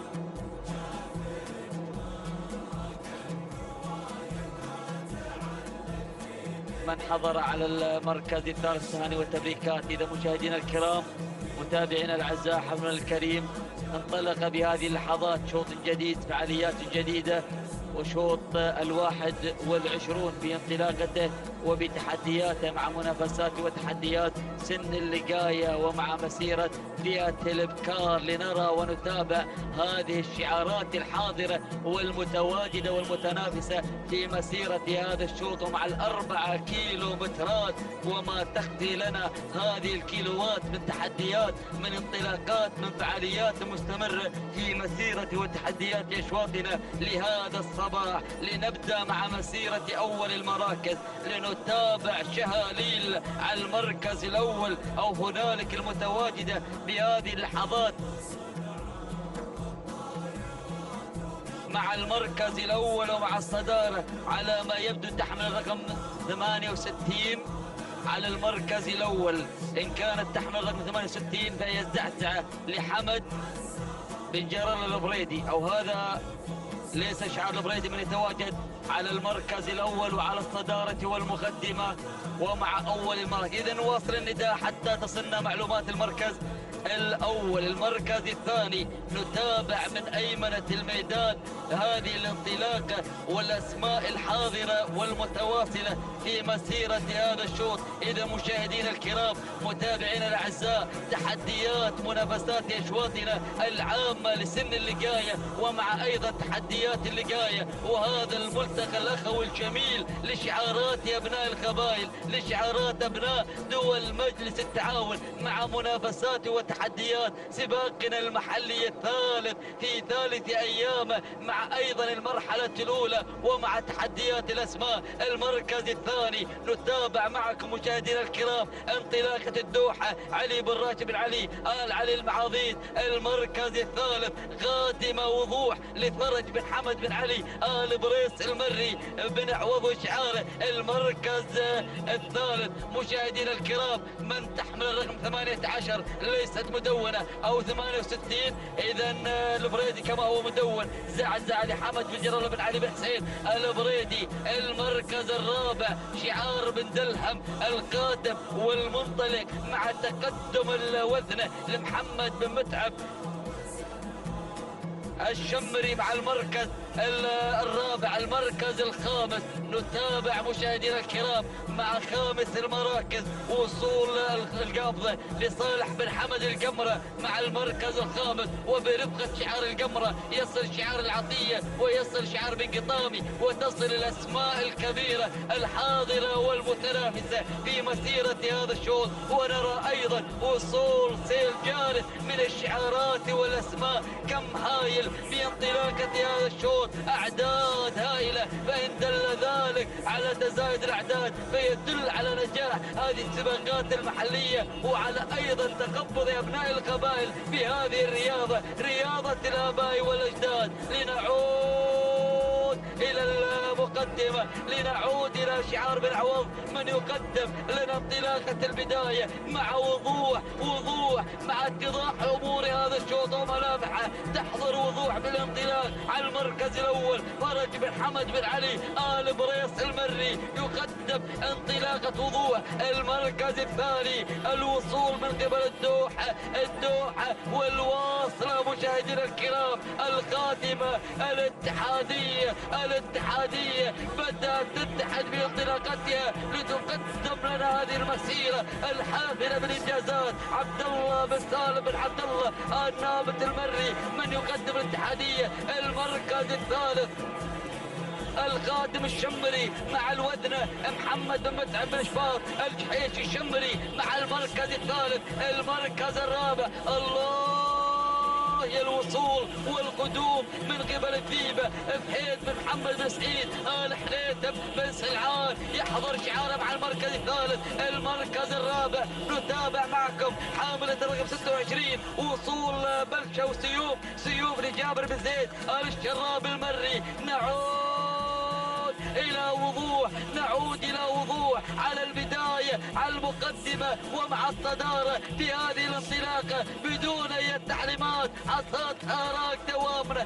دوامنا مغروسة بالطالة. ذاخرنا بالعوض مع انطلاقة البداية، مع انطلاقة المقدمة ومع قدوم انطلاقة وضوح. فرج بن حمد بن علي بريس المري المركز الثاني. القدوم مشاهدينا الكرام من قبل بلشة او الاتحادية عبد الله بن سالم بن عبد الله النابل الزعبي قادم مع المركز الثالث. ولكن خلاص وضوح تقفل مجريات الشوط، تحركت في هذه اللحظات، غلصت الفارق بانطلاقتها، خطفت ناموس الشوط الثاني والتبريكات. نزف لفرج بن حمد بن علي بريس المري المركز الثاني. ووصلت مشاهدينا الكرام مع المركز الثاني الاتحادية لعبد الله بن سالم بن عبد الله النابل تمر المركز الثالث. كان الوصول الثالثة عند الزعبي، خيرة لصالح.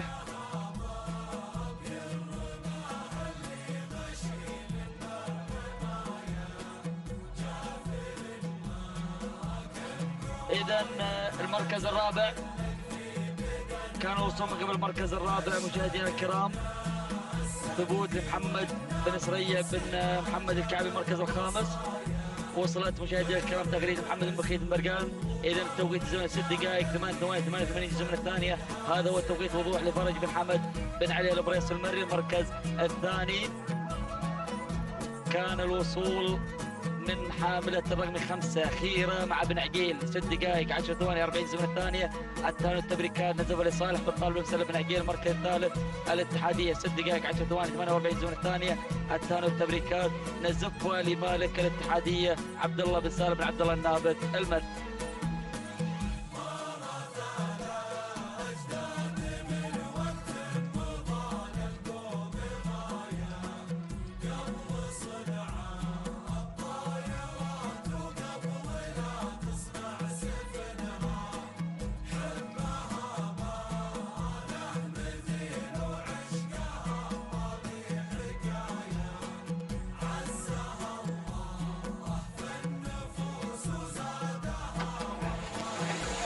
إذا مشاهدينا ومتابعينا الكرام تتواصل التحديات والإثارة من هنا من ميدان التحدي ميدان الشحانية لسباقات الهجن العربية الأصيلة، مع تواصل انطلاقات سن اللقاية من مسافة 4 كيلومترات. نتابع شوطنا 22 من مجمل أشواط الفترة الصباحية الخاصة للأشواط العامة. نتابع انطلاقة هذا الشوط ونتابع المراكز الخمسة الأولى لنتابع المقدمة والصدارة. مشاهدينا الكرام من تحت المركز الأول ويتواجد على مقدمة هذا الشوط في هذا الانطلاق الكبير وفي هذا الحضور الرائع. نتابع على أول المراكز في هذا التحدي وفي هذه الانطلاقة. نتابع مشاهدينا الكرام القادم شعار محمد بن ثاني بن عبد الله الهاملي مع شعلة على مستوى المركز الأول، بينما المركز الثاني نتابع ثاني المراكز اللي تنطلق في هذه اللحظات وتتقدم فيه هذه الغزيل محمد بن خميس بن عويض المريخي يحتل المركز الثاني. وثالث المراكز أرى وأتابع انتباه سالم بن محمد بن بخيت البحيح المري على مستوى المركز الثالث، بينما المركز الرابع القادمة في هذه اللحظات والمنطلقة نوف لعبد الله بن حمد بن علي العطية يتواجد مع نوف. ولكن هذه مشاهدينا الأعزاء ضوء المبارك بن محمد بن سالم الكربي يحتل المركز الرابع، بينما خامس المراكز الفائزة عويضة بن بخيت بن عويضة بن هلال العذبة المري على مستوى خامس المراكز وغير مباشرة إلى المركز الثالث. هذه النتيجة مشاهدينا الكرام مع الخمس المراكز الأولى، ونذهب مباشرة لنتابع المعركة الطاحنة في هذا الشوط المميز الذي يضم هذه الشعارات الكبيرة. 55 مشارك في هذا الشوط نتمنى لهم جميعا التوفيق والنجاح. نعود مشاهدينا الكرام الفائزة على البداية غيرت من المركز الخامس حتى المركز الأول عويضة بن بخيت بن عويضة بن هلال العذبة المري، بينما المركز الثاني انتباه لسالم محمد بن بخيت آل بحيح المري، ولكن نتابع من الجانب الآخر. وصلت في هذا التحدي، وصلت في هذه الانطلاقة مع 3 المراكز من الجانب الآخر الشعار الأزرق المتدخل من عمق الميدان رقم محجوب. لحظات بنوافيكم بمعلومات. بينما المركز الرابع نتابع مشاهدينا الكرام القادمة الحذرة، وتحذروا من الحذرة. هذه الحذرة مشاهدي الأعزاء بدأت تنطلق لحمد بن عنزاب محمد بن عنزان النعيمي على مستوى المركز الرابع. المركز الخامس نتابع الانطلاق من قبل عجايب فيصل بن سالم بن عبد الله الفيدة المري، ولكن نذهب إلى ركب الصدارة لنتابع انتباه تحمل الرقم 1 وهي في المركز الأول لسيد سالم محمد بن بخيت آل بحيح المري، بينما المركز الثاني من الجانب الآخر اللي تحمل الرقم 22 بلشة. يا بلشتكم من بلشة مع ثاني المراكز بشعار فرج بن حمد بن علي البريص المري، ولكن متابع الله يا شعار العطية مشاهدي الأعزاء، وشعار النعيمي كذلك شعار النعيمي مع الحذرة حمد بن عنزاب محمد بن عنزان النعيمي على مستوى المركز الرابع غير إلى المركز الأول، بينما المركز الخامس الفائزة عويضة بن بخيت بن عويضة بن هلال العذبة المري. وخامسا بهذا الختام نتابع بهذه الانطلاقة عجايب فيصل بن عبد الله بن سالم بن عبد الله الفيدة المري على مستوى خامس المراكز. هذه النتيجة مشاهدينا الكرام، بدينا نقترب من المنحنى الأخير والاتجاه المستقيم إلى خط النهاية. الله النعيمي على الصدارة، النعيمي يقدم الحذرة حمد بن عنزاب محمد بن عنزان النعيمي 1200 إعلان هام للمضمرين والمتابعين. نتابع الحذرة على البداية، ولكن عجايب فيصل بن سالم بن عبد الله الفيدة المري غير مباشرة إلى المركز الأول، خطف الصدارة، خطف المركز الأول، اقتحم الناموس في هذه اللحظة، ولكن انتباه سالم محمد بن بخيت آل بحيح المري يعود إلى المعركة، يعود إلى مركز انتباه على الصدارة. ولكن هنا مشاهدينا الأعزاء الوصول في هذه اللحظات أمغيرة سالم بن عبد الله بن سعيد بن محمد بن بخيت وشعار بن عويضة بدأ يتدخل، وكذلك شعار بن عمارة وصل في هذه اللحظات مع فتنة عبد المحسن بن طالب بن علي الجربوع المري. هذه المراكز الأولى والمعركة طاحنة مشاهدي الأعزاء ما بين هذه الأسماء العملاقة. فتنة مشاهدي الأعزاء الفاتنة بالجمال وبالدلال انطلقت على الصدارة. عبد المحسن بن طالب بن علي الجربوع المري بن عمارة يتواجد مع المنافسة مع التحدي مع الناموس، ولكن الله هذه مشاهدينا الاعزاء فتنة انطلقت وباعدت المسافة ما بينهم وبين المشاركين، انطلقت بناموس هذا الشوط. سلام يا ابن عمارة على هذا الأداء الكبير وهذا الحضور المميز. هذه فتنة مشاهدينا الأعزاء على المقدمة، فتنة لعبد المحسن بن طالب بن علي الجربوع المري يقدم فتنة في هذا الانطلاق الكبير، حضرت فتنة في هذا الشوط. تهانينا يا ابن عمارة، تهانينا على هذا الفوز المميز مع فتنة ولحظات الوصول إلى خط النهاية. تهانينا ألف مبروك. المركز الثاني شعبية لعيسى بن علي بن محمد الجحافي. المركز الثالث مشاهدينا الكرام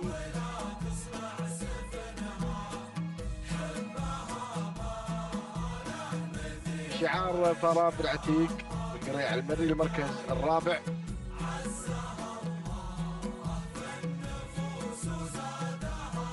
المركز الرابع جاءت في مشاهدينا الكرام الغزيل محمد بن خميس بن عويض المريخي. المركز الخامس جاءت في مشاهدينا الاعزاء ومتابعينا الافاضل جبارة لعبد الرحمن بن محمد بن مسفر بن حميد الجربوع المري. اذا مشاهدينا الاعزاء تهانينا مرة اخرى لمالك فتنة من فتنة المشاركين وخطفت المركز الاول تهانينا يا بن عمار عبد المحسن وطالب بن علي الجربوع المري. هذه فترة وتوقيتها الزمني 6 دقائق 5 ثواني 58 جزء من الثانية. تهانينا والف مبروك. المركز الثاني حلت فيه مشاهدينا الكرام ومتابعينا الافاضل، جاءت فيه مشاهدينا الاعزاء المركز الثاني الشهادية لعيسى بن علي بن محمد الجحافي والتوقيت الزمني 6 دقائق 8 ثواني 41 جزء من الثانية. تهانينا والناموس. بينما المركز الثالث شعار فاران محمد بن فاران بن عتيق بن قريع المري 6 دقائق 8 ثواني 61 جزء من الثانية. تهانينا والناموس لجميع الفائزين. تتواصل التحديات والإثارة من هنا من ميدان التحدي في هذه الانطلاقة الكبيرة. نتابع شوطنا 23 ينطلق مشاهدي الأعزاء ويحمل في ضياته أسماء مميزة وشعارات لها صولات وجولات في عالم رياضة سباقات الهجن. 47 مشارك في هذا الشوط، نتمنى لهم جميعا التوفيق والنجاح. نتابع المركز الأول ونتابع المقدمة مشاهدينا الأعزاء في صدارة هذا الشوط من تحتل المركز الأول وتتقدم فيه مشاهدينا الكرام. هذه مشاهدينا الأعزاء أشواق لخليفة بن علي بن حمد العطية يتواجد مع أشواق على المقدمة والصدارة. بينما المركز الثاني ناخذ المركز الثاني لنتابع القادمة والمنطلقة في هذا التحدي الكبير والرائع من خلال هذا التواجد المميز من قبل الثقة للسيد سالم بن محمد بن بخيت آل بحيح المري. يحتل المركز الثاني وثالث المراكز شعار بشريدة بدأ ينطلق مع منوة صالح بن حمد بن صالح بشريدة العذبة المري على مستوى المركز الثالث والمركز الرابع. المركز الرابع نتابع من خلال هذا التواجد تصل ثقة بشعار سالم بن فرج بن عايض العذبة المري يتقدم في هذه اللحظات مع رابع المراكز. والمركز الخامس تحمل رقم 4 القادمة الشهرية لخجيب بن عايض بن فرج العذبة المري. هذه النتيجة مشاهدينا الكرام مع الأسماء الخمسة الأولى. ونذهب مباشرة إلى المقدمة لنتابع الصدارة والمركز الأول. نتابع مشاهدينا الكرام على بداية هذا الشوط أشواق خليفة بن علي بن حمد العطية يتواجد مع أشواق على البداية. هذه أشواق تنطلق وتتواجد في صدارة هذا الشوط. بينما شعار بشريدة بدأ ينطلق في ثاني المراكز من خلال تقدم منوة من تمني النفس في انتزاع ناموس هذا الشوط وتحقق الإنجاز في هذا السباق المحلي الثالث. شعار بشريدة صالح بن حمد بن صالح بشريدة المري. بينما المركز الثالث نتابع ثقة سالم بن محمد بن بخيت آل بحيح المري يتواجد شعاره في المركز الثالث والمركز الرابع. المركز الرابع نتابع في هذه اللحظات الدخول السريع من خلال تواجد هذا الاسم المميز ثقة سالم بن فرج بن عايض العذبة المري. والمركز الخامس وصل اسم جديد بدأ ينضم مع المراكز الخمس الأولى الصمود لسعيد بن حمد بن سعيد الجربوع المري على مستوى المركز الخامس. هذه النتيجة مشاهدينا الأعزاء مع كيلو ونصف الكيلو عن الفوز والناموس 1500 متر عن الفوز والناموس. نتابع من خلالها معركة كبيرة وأرى شعارات بدأت أيضا تهجم مع المراكز الخمس الأولى وتتدخل في هذا النداء. ولكن نذهب إلى الصدارة لنتابع ثقة بثقة الكبار تحضر في الصدارة. سالم بن فرج بن عايض العذبة المري يتواجد مع ثقة تنطلق بخطى ثابتة وتنطلق في صدارة هذا الشوط. ولكن منوة صالح بن حمد بن صالح بشريدة يتواجد مع ثاني المراكز. المركز الثالث أرى الانطلاق من قبل الصمود سعيد بن حمد بن سعيد الجربوع المري على ثالث المراكز. والمركز الرابع أرى الدخول في هذه اللحظة من قبل الزعفرانة لسعيد بن سالم بن سنيد الدعية يصل لأول إذاعة من قبل الزعفرانة. وكذلك أتابع الاسم المميز القادم مع الدكتورة محمد بن مسعود بن سالم بن مسعود بن شفيدة مع خامس المراكز. هذه النتيجة مشاهدينا الكرام مع الخمس المراكز الأولى. بدينا نقترب مشاهدينا الأعزاء من خط النهاية وخط الفوز والناموس وين ما بين هذه الشعارات الكبيرة. نتابع ثقة على الصدارة ثقة مشاهدينا الأعزاء تنطلق مشاهدينا الأعزاء في المركز الاول لسالم بن فرج بن عايض العذبه المري، ولكن بشريده مع منوى، وهنا ايضا شعار بشريده القادم من خلال الدكتوره محمد بن مسعود بن سالم بن مسعود بشريده المري يقتحم المركز الاول، يحمل الرقم 1 وفي اتجاه الى المركز الاول، ينطلق مع الدكتوره. هذه الدكتوره مشاهدي الاعزاء تعالج الامور في الامتار الاخيره، ولكن عاد الثقه وشعار ايضا بن جهيم القادم في هذه اللحظات من الصفوف الخلفيه مع كسب عبد الله بن علي بن راشد المري، ولكن ثقه على البدايه، ثقه مع الناموس. هذه ثقه مشاهدي الاعزاء لسالم بن فرج بن عايض العذبه المري، ينتزع ناموس هذا الشوط. تهانينا والناموس على هذا الفوز. المركز الثاني كسب لعبد الله بن علي بن راشد المري. المركز الثالث جاءت فيه الدكتوره محمد بن مسعود بن سالم بن مسعود بشريده. المركز الرابع وصلت فيه مشاهدي الكرام منوى لصالح بن حمد بن صالح بشريده، بينما المركز الخامس جاءت فيه مشاهدينا الكرام نداء لصالح بن حمد القمراء المري. اذا مشاهدي الاعزاء تهانينا وناموس مره اخرى لمالك، ثقة على هذا الفوز الكبير لسالم بن فرج بن عايض العذبة المري. التوقيت الزمني 6 دقائق و جزء ثانيتين و84 جزء من الثانية. تهانينا وناموس لمالك، ثقة على هذا الفوز الكبير. المركز الثاني جاءت في مشاهدينا الكرام كسب لعبد الله بن علي بن راشد المري، توقيت الزمني 6 دقائق 3 ثواني 38 جزء من الثانية. تهانينا والف مبروك. المركز الثالث حلت فيه منوى بشعار صالح بن حمد بن صالح بشريده العذبه المري. التوقيت الزمني او هنا مشاهدي الاعزاء الدكتوره لمحمد بن مسعود بن سالم بن مسعود بشريده المري 6 دقائق 5 ثواني 87 جزء من الثاني. تهانينا وناموس لجميع الفائزين.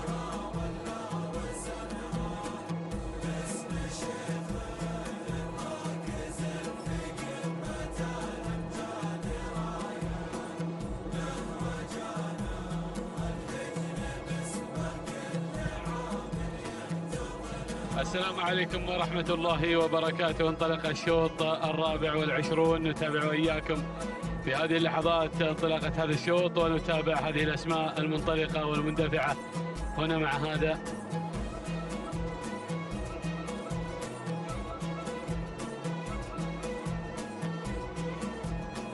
هذه الانطلاقة والاندفاع، ونتابع المراكز الأولى المتقدمة. هناك مرمر على المقدمة وعلى الصدارة لعبد الله بن راشد بن محمد الزقيبة، وهذا هو مرمر صاحب الإنجازات في العام الماضي. نتابعه هنا في هذا الشوط، وشوط من أشواط الإنتاج نتابعه، ونتابع بقيادة أحد عمالقة التضمير راشد الزقيبة، ونارا على علم يا راشد أيضا في مقدمة هذا الشوط بانطلاقته وفي اندفاعته. هنا نتابع مرمر وبقيادة عبد الله بن راشد بن محمد الزقيبة على المركز الأول، بينما النقلة على المركز الثاني ويصلنا حوران لسعيد بن خميس بن عويضة المريخي على المركز الثاني، بينما النقلة على المركز الثالث والوصول في هذه اللحظات من شاهين عبد المحسن بن طالب بن عمارة المري. ولكن نرى من الجانب الأيمن في هذه اللحظات هناك أسماء تنطلق إلى ركب الصدارة والمقدمة. هناك مع المقدمة نتابع هذه الشعارات وهذه الأسماء المنطلقة مع المراكز الأولى. المراكز الأولى يا سلام يا سلام مع هذا التحدي وهذا التنافس وهذا الانطلاق، ولكن بنعود إلى الصدارة وإلى الجانب الأيمن اللي في المقدمة. نتابع هناك أيضا شعار بشعيل، يبدو لنا شعار بشعيل اللي من الجانب الايمن ينطلق في هذه اللحظات مع الحصان. يا سلام يا الحصان، وانطلاقه الحصان في المقدمه وفي الصداره يغير المجريات الى المركز الاول مباشره هنا بشعار حمد بن سالم بن عبد الله بن شعيل المري. هذا هو شعار برمودا، وايضا العديد من الاسماء مع عبد الله بن سالم الشعيل. يا سلام بهذا الانطلاق المركز الثاني، ويندفع المركز المركز الثاني مع العابر لخليفة بن علي بن حمد العطية. المركز الثالث نتابع في هذه اللحظات هناك القادم عز الجيش لسالم بن علي بن فهيد العفرة. يا سلام يا هذا الشوط يحمل اسماء سجلت ايضا نواميس في العام الماضي عديدة، وهنا ايضا انجازات، ولكن حوران قادم على المركز الرابع. سعيد بن خميس بن عويضة المريخي المركز الخامس. مرمر على المركز الخامس مع مالك عبد الله بن راشد بن محمد الزقيبة، ولكن بنعود للحصان اللي في الاسبوع الماضي ايضا في المحلي الثاني. يبدو لي انه ايضا اندفع عن دفاعة الناموس ووادع الجميع من لوحة الكيلو المتر الاخير. يا سلام يا سلام على الانتاج يا ابو سالم، يا عبد الله، يا بن سالم، يا بن شعيل، يا هذا الاداء المتميز في الصدارة دائما وابدا، ينطلق ويندفع وايضا يطربنا بهذه السلالات العريقة. هنا في مقدمة الشوط الحصان حمد بن سالم بن عبد الله بن شعيل المري المركز الثاني. هنا هل روضة راشد مع حوران سعيد بن خميس بن عويضة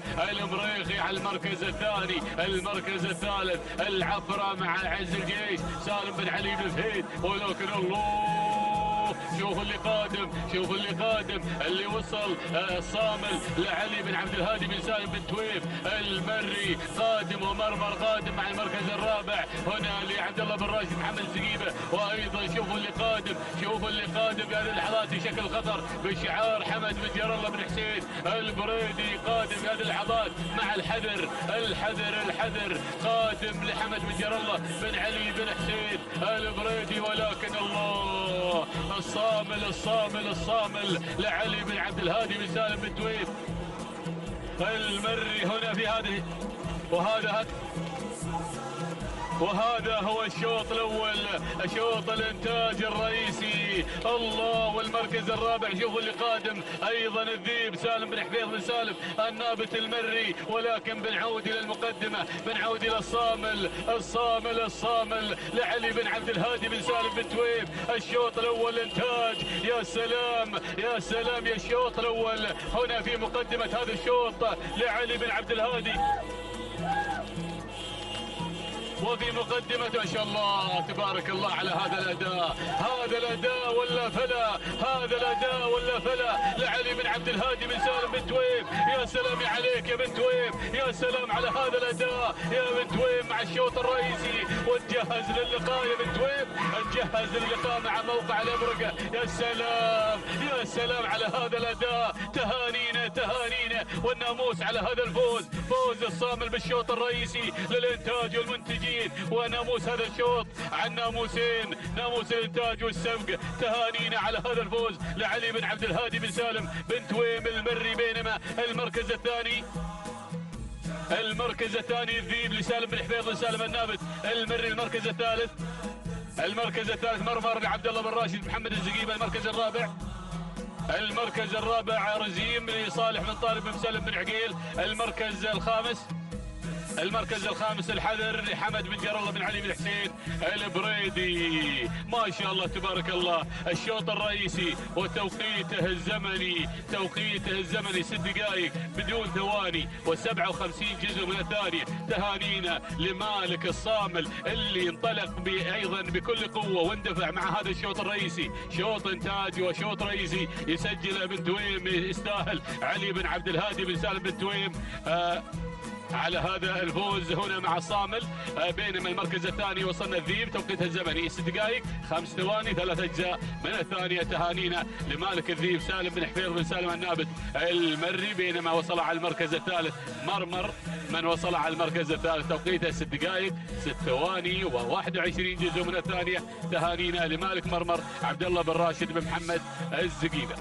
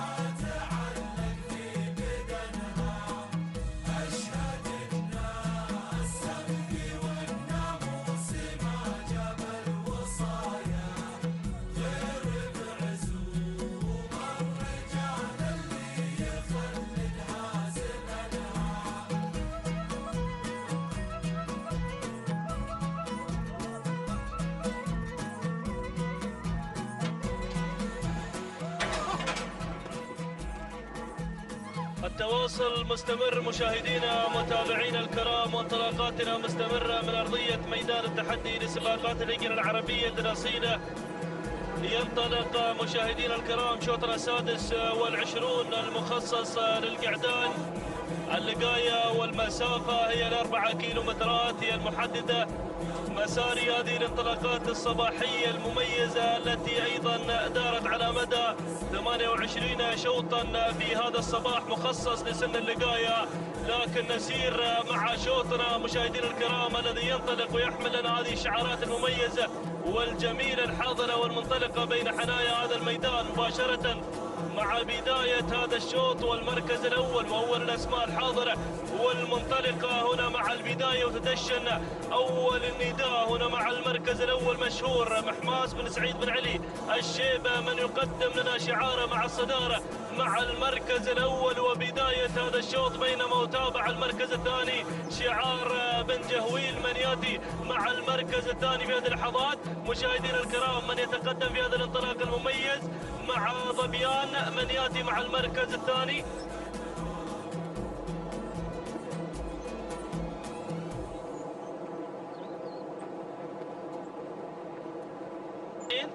إذا مشاهدينا الكرام مباشرة مع البداية مع الصدارة بيض القاع، من تأتينا مع الصدارة عبد الله بن سعيد بن علي المحشادي من يتقدم مع الصدارة مع المركز الأول بانطلاقة شعار المميز والجميل، بينما المركز الثاني يتابع المركز الثاني وصول من شرف محمد من تتقدم في هذه اللحظات في هذا الانطلاق المميز والجميل مع المركز الثاني. يأتي أيضا في هذا الانطلاق المميز والجميل انطلاقة أيضا هنا الحذرة صالح بن سالم بن محمد بن سالم بن جهويل مع ذلك التحديات المركز الثالث وصول وتقدم من بنت المطر لراشد بن سالم بن محمد بن علي بن دوحة من يتقدم شعار بن دوحة، ولكن ميمنة الميدان دخول من الفاتنة ناصر بن عبد الله بن علي بن عبد الله العطية، يصل شعار العطية أيضا وميمنة الميدان، دخول من شعار بن خجيم مع انطلاقة الريم سالم بن خجيم بن عايض بن فرج العذبي يصل. يا سلام، ها هي الخمسة الأسماء الأولى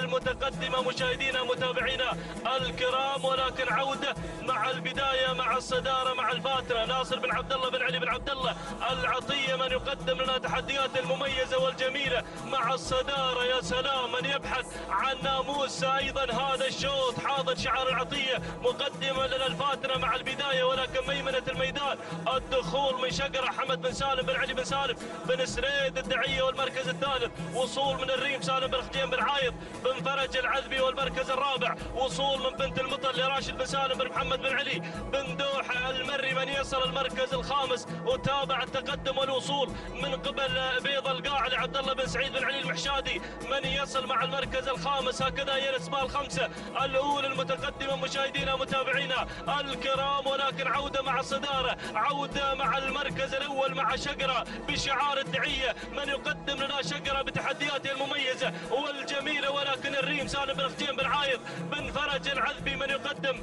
لنا الريم ايضا مع الصداره مع المركز الاول شعار الدعيه من يتواجد مع المركز الثاني مع شقره حمد بن علي بن سالم بن سريد الدعيه، والمركز الثالث وصول وتقدم من الفاتنه ناصر بن عبد الله بن علي بن عبد الله العطيه، والمركز الرابع على الوصول مشاهدينا الكرام من قبل اللي واصل بنت المطار لراشد بن سالم بن محمد بن علي بن دوحه من يصل مع المركز الرابع. المركز الخامس اسم جديد ينضم مشاهدينا متابعينا الكرام، وصول من القائد علي بن عبد الهادي بن سالم بن تويم المري من يحضر مع المركز الخامس. هكذا هي الاسماء الاولى، ولكن عوده مع الصداره مع شعار بن خجيم من يقدم لنا الريم.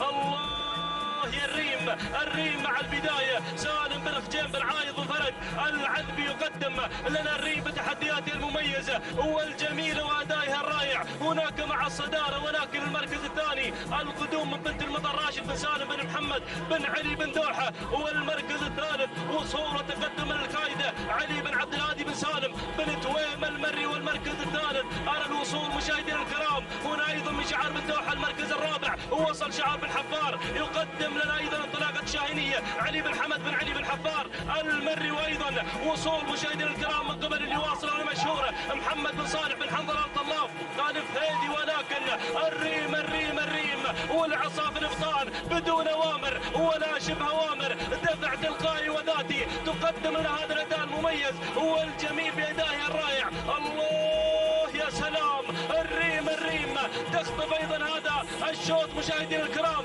ان لم يكن كلام اخر لبقيه المشاركين، ولكن الشوط خلاص يبدو لي مع الريم شوط خاص بالانتاج والمنتجين مع الريم والعصافر الابطال بدون اوامر ولا شبه اوامر، ولكن الوصول والتقدم من قبل القائد علي بن عبد الهادي بن سالم بن تويم المري، وايضا بن حفار قادم، وشعار ايضا هناك مشاهدينا الكرام وصول وتقدم في هذه اللحظات من قبل اللي واصل المشهور محمد بن صالح بن حنظل آل طلاب الفهيدي. ولكن الريم وعصاها في الابطال، ريم الفلاح رمز العطاء، تحقق هذا الناموس الغالي ايضا وتهدي برخجيم هذا الناموس وهذا الانتصار. سلام الريم، سلام برخجيم، سلام. والعصا في الابطال ما قال لا شيء، عصاها راك دوامنا. مشكور يا برخجيم على هذا الاداء المميز اللي تقدمه الريم. تهانينا والناموس المركز الثاني. وصلت مع المركز الثاني مشاهدينا الكرام،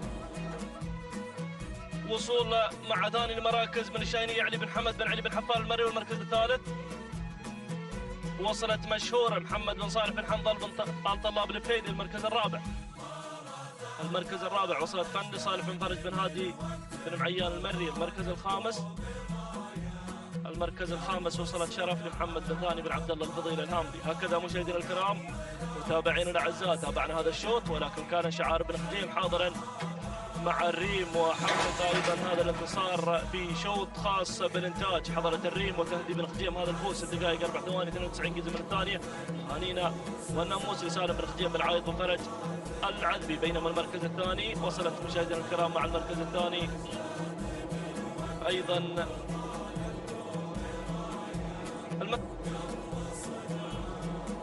المركز الثاني مشاهدينا الكرام كان الوصول القدوم من شعار بن حفار مع الشاهينية لعلي بن حمد بن علي بن حفار المري، وتوقيت الزمن 6 دقائق 6 ثواني 39 جزء من الثاني. بينما المركز الثالث كان القدوم ايضا من مشهوره وتوقيت الزمن 6 دقائق 6 ثواني. اذا تهانين والناموس ايضا لمحمد بن صالح بن حنظل آل طلاب الفهيدي.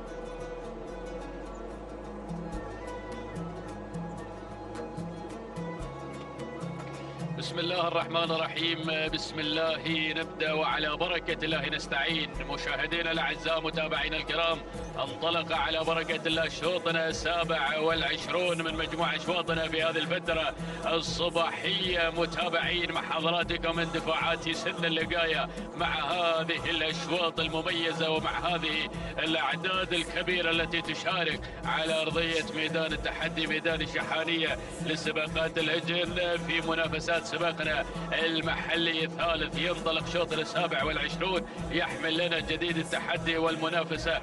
شوط للابكار ايضا يسير بتحدي كبير وبانطلاق مميز في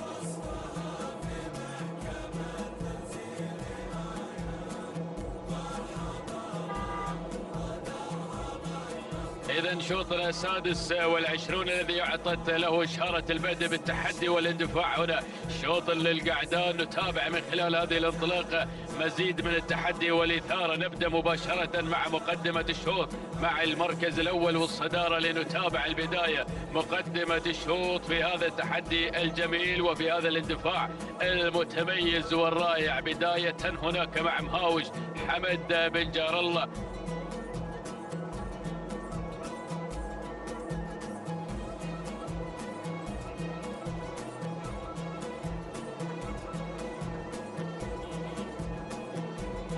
إذا شاهين في مقدمة الشوط بخيت بن محمد بن كردي المنخس المري من يقدم تحديات البداية في المركز الأول وفي الصدارة. بينما النقلة مع ثاني المراكز يصل طاهي في هذه اللحظات حمد أو صالح بن حمد بن صالح الشرقي يتقدم في المركز الثاني. بينما ثالث المراكز يأتي الوصول في هذه اللحظات من سياف لحمد بن سالم بن علي بن جهويل يتقدم مع سياف في المركز الثالث. وفي رابع المراكز المركز الرابع. وتابع الوصول في هذه اللحظات والتقدم ايضا من الفهد لسالم بن علي بن فهيد.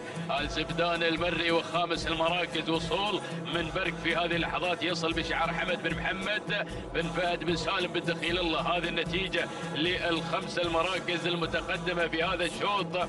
ولكن لنا عودة إلى البداية، لنا عودة إلى مقدمة الشوط في هذا المسار الجميل مع شعار بن كردي. هذا هو شاهين في مقدمة الشوط. بخيت بن محمد بن كردي المنخس المري يقدم شعاره، يقدم تحديات البداية.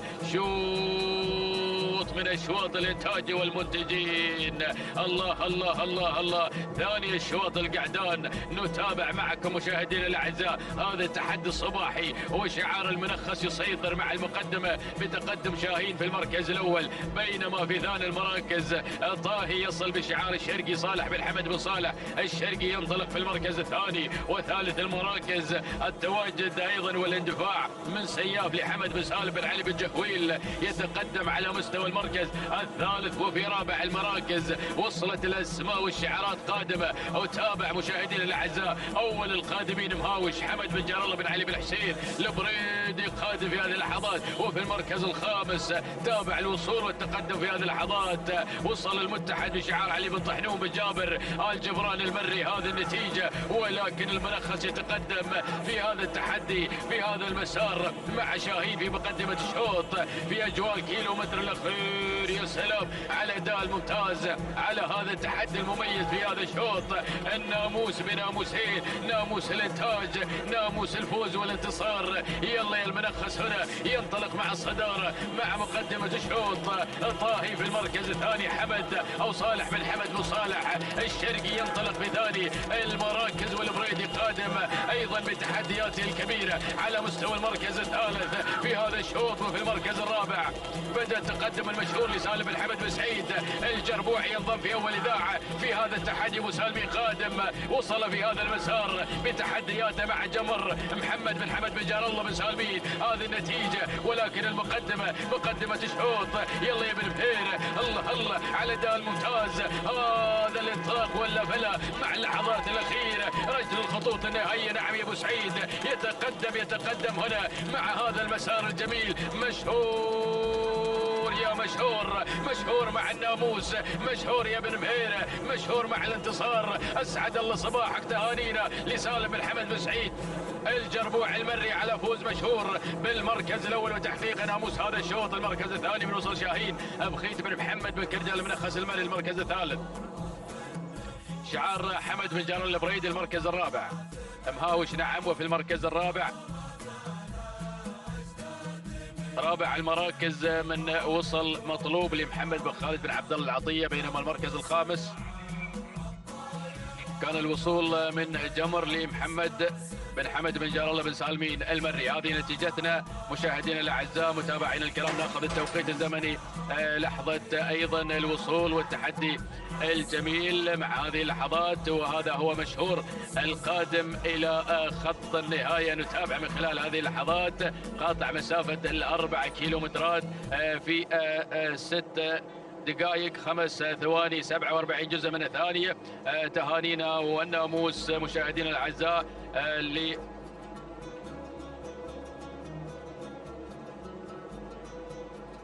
تهانينا لبن بحيرة. بينما المركز الثاني من وصل شاهين وتوقيت الزمني هو 6 دقائق 6 ثواني 54 جزء من الثاني. تهانينا لبخيت بن محمد بن كردي المنخس المري. المركز الثالث كان الوصول من شعار البريدي وقطع المسافة مهاوش متابعينا الاعزاء في 6 دقائق 6 ثواني 64 جزء من الثاني. تهانينا لحمد بن جار الله بن علي بن حسين البريدي. مشاهدينا الاعزاء لا زلنا متواصلين ولا زلنا ايضا مع هذه الاشواط الصباحيه على ميدان التحدي ميدان الشحانيه لسباقات الهجن. اعلن وانطلق في هذه اللحظات الشوط السابع والعشرون. شوط جديد وتحدي ايضا جديد مع هذا المسار المتميز والرائع والجميل. شوط ما قبل شوط الختام يندفع ايضا هنا مشاهدينا الاعزاء مع هذه اللقطه الجميله وهذا النقل الحي والمباشر من قناه الريان الفضائية المتابعة هنا لهذا التحدي الصباحي الجميل في أشواط اللقاية وفي سن اللقاية هنا الأربع كيلومترات الحاضرة في هذا المسار الصباحي الجميل. نتابع أشواط الإنتاج. أشواط الإنتاج تحمل لنا تحديات وأعداد كبيرة. الجميع حضر هنا ليشارك على ميدان التحدي، ميدان الشحارية للسباقات الهجن هنا في هذه الساحة المميزة، ساحة من ساحات الأصايل هنا على أرضية ميدان التحدي مباشرة مع هذا الشوط الذي يحمل التحدي الجميل. بداية مع مقدمة الشوط وشعار بن جهويل يقدم مبروك في مقدمة الشوط. حمد بن سالم بن علي بن جهويل ينطلق في المركز الأول وفي الصدارة، يقدم شعاره هنا في هذا التحدي الصباح الجميل. بينما النقلة مع المركز الثاني يتابع الوصول من شعار النعيمي قادم على المركز الثاني مقدما لنا تحديات الدانة. راشد بن ناصر بن راشد الجبر النعيمي يصل بالدانة في المركز الثاني وثالث المراكز. يتابع الوصول من شعار بن جهيم يقدم لنا مقيمة في هذه اللحظات عبد الله بن علي بن راشد المري ينطلق بنجومية رائعة هنا على مستوى المركز الثالث ورابع المراكز. تحمل الرقم 52 يا هي أعداد. وصلت طب شعار محسن بن علي بن مبارك بن سالم الفراج قادم مع طب في المركز الرابع وخامس المراكز. شعار بن جبران على ما يبدو لي بدأ يتقدم مع شديدة القادمة هنا في هذه اللحظة عبد المحسن بن سالم بن جابر الجربوع المري. هذه الخمس المراكز، الخمس الأسماء المتقدمة في هذا الشوط في هذا المسار. في أول ندى على هذا التحدي الجميل قطعنا نصف المسافة وانطلقنا هنا في هذا المسار الجميل في تحديات أشواط الإنتاج. الله الله الله الله على هذه الأسماء، على هذه الشعارات المشاركة والمزينة لأرضية ميدان التحدي، ميدان الشحارية. شوف هذا المنظر الجميل وشوف المراكز المتقاربة من بعضها البعض. يعني معركة طاحنة في هذه الأشواط. أشواط الإنتاج ناموسها غير هنا. نتابع التحدي والبداية. بدأت الإثارة مع لوحة 1500 متر. بن جبران بدأ يولع الأمور بتقدم شديدة اللي غيرت إلى صدارة الشوط. عبد المحسن بن سالم بن جابر الجربوع المري يقدم شديدة في الأمتار الشديدة وفي أمتار الشدة. هنا تنطلق بالمركز الأول وصدارة الشوط. بينما ثاني المراكز تواجد الريم في أول إذاعة ناصر بن محمد بن ناصر البريد المري يقدم الريم في المركز الثاني وثالث المراكز.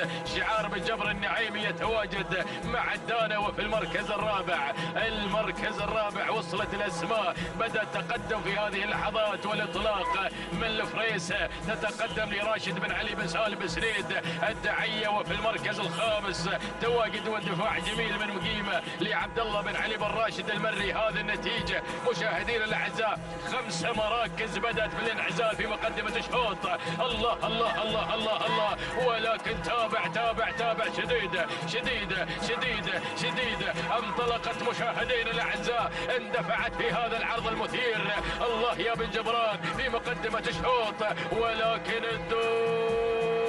خطيرة. الدانة يا النعيمي على المركز الثاني. راشد بن ناصر بن راشد الجبر النعيمي من يقدم الدانة. الثنتين بدأ الصراع ما بين الثنتين، ما بين الدانة ما بين شديدة بن جبران والنعيمي في حوار ثنائي على مقدمة الشوط، منازع على الناموس والانتصار.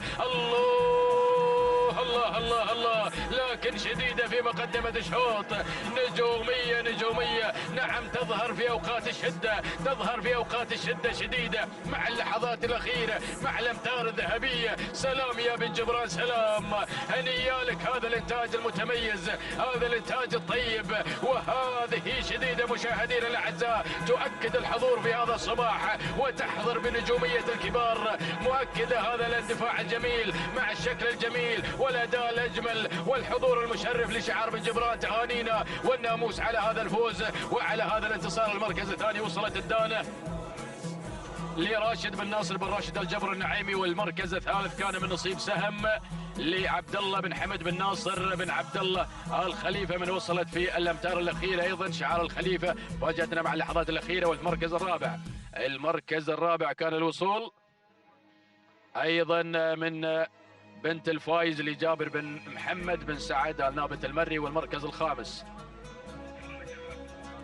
الخامس مقيمه لعبد الله بن علي بن راشد المري. هذه نتيجتنا مشاهدينا الاعزاء، ولكن بن جبران يخطف نجوميه هذا الشوط، وهذه شديده تصل الى خط النهايه قاطع على 4 كيلومتر في 6 دقائق 3 ثواني 6 من الاجزاء من الثانيه. تهانينا والناموس لعبد المحسن بن سالم بن جابر الجربوع المري على فوز شديده بالمركز الاول، بينما ثاني المراكز وصلت دانا بتوقيت 6 دقائق 4 ثواني 29 جزء من الثانية. تهانينا والناموس لراشد بن ناصر بن راشد الجبر النعيمي. المركز الثالث كان من نصيب سهم بشعار الخليفة، وصلت في 6 دقائق 5 ثواني 79 جزء من الثانية. تهانينا والناموس لعبد الله بن حمد بن ناصر بن عبد الله الخليفة على فوز سهم بالمركز الثالث.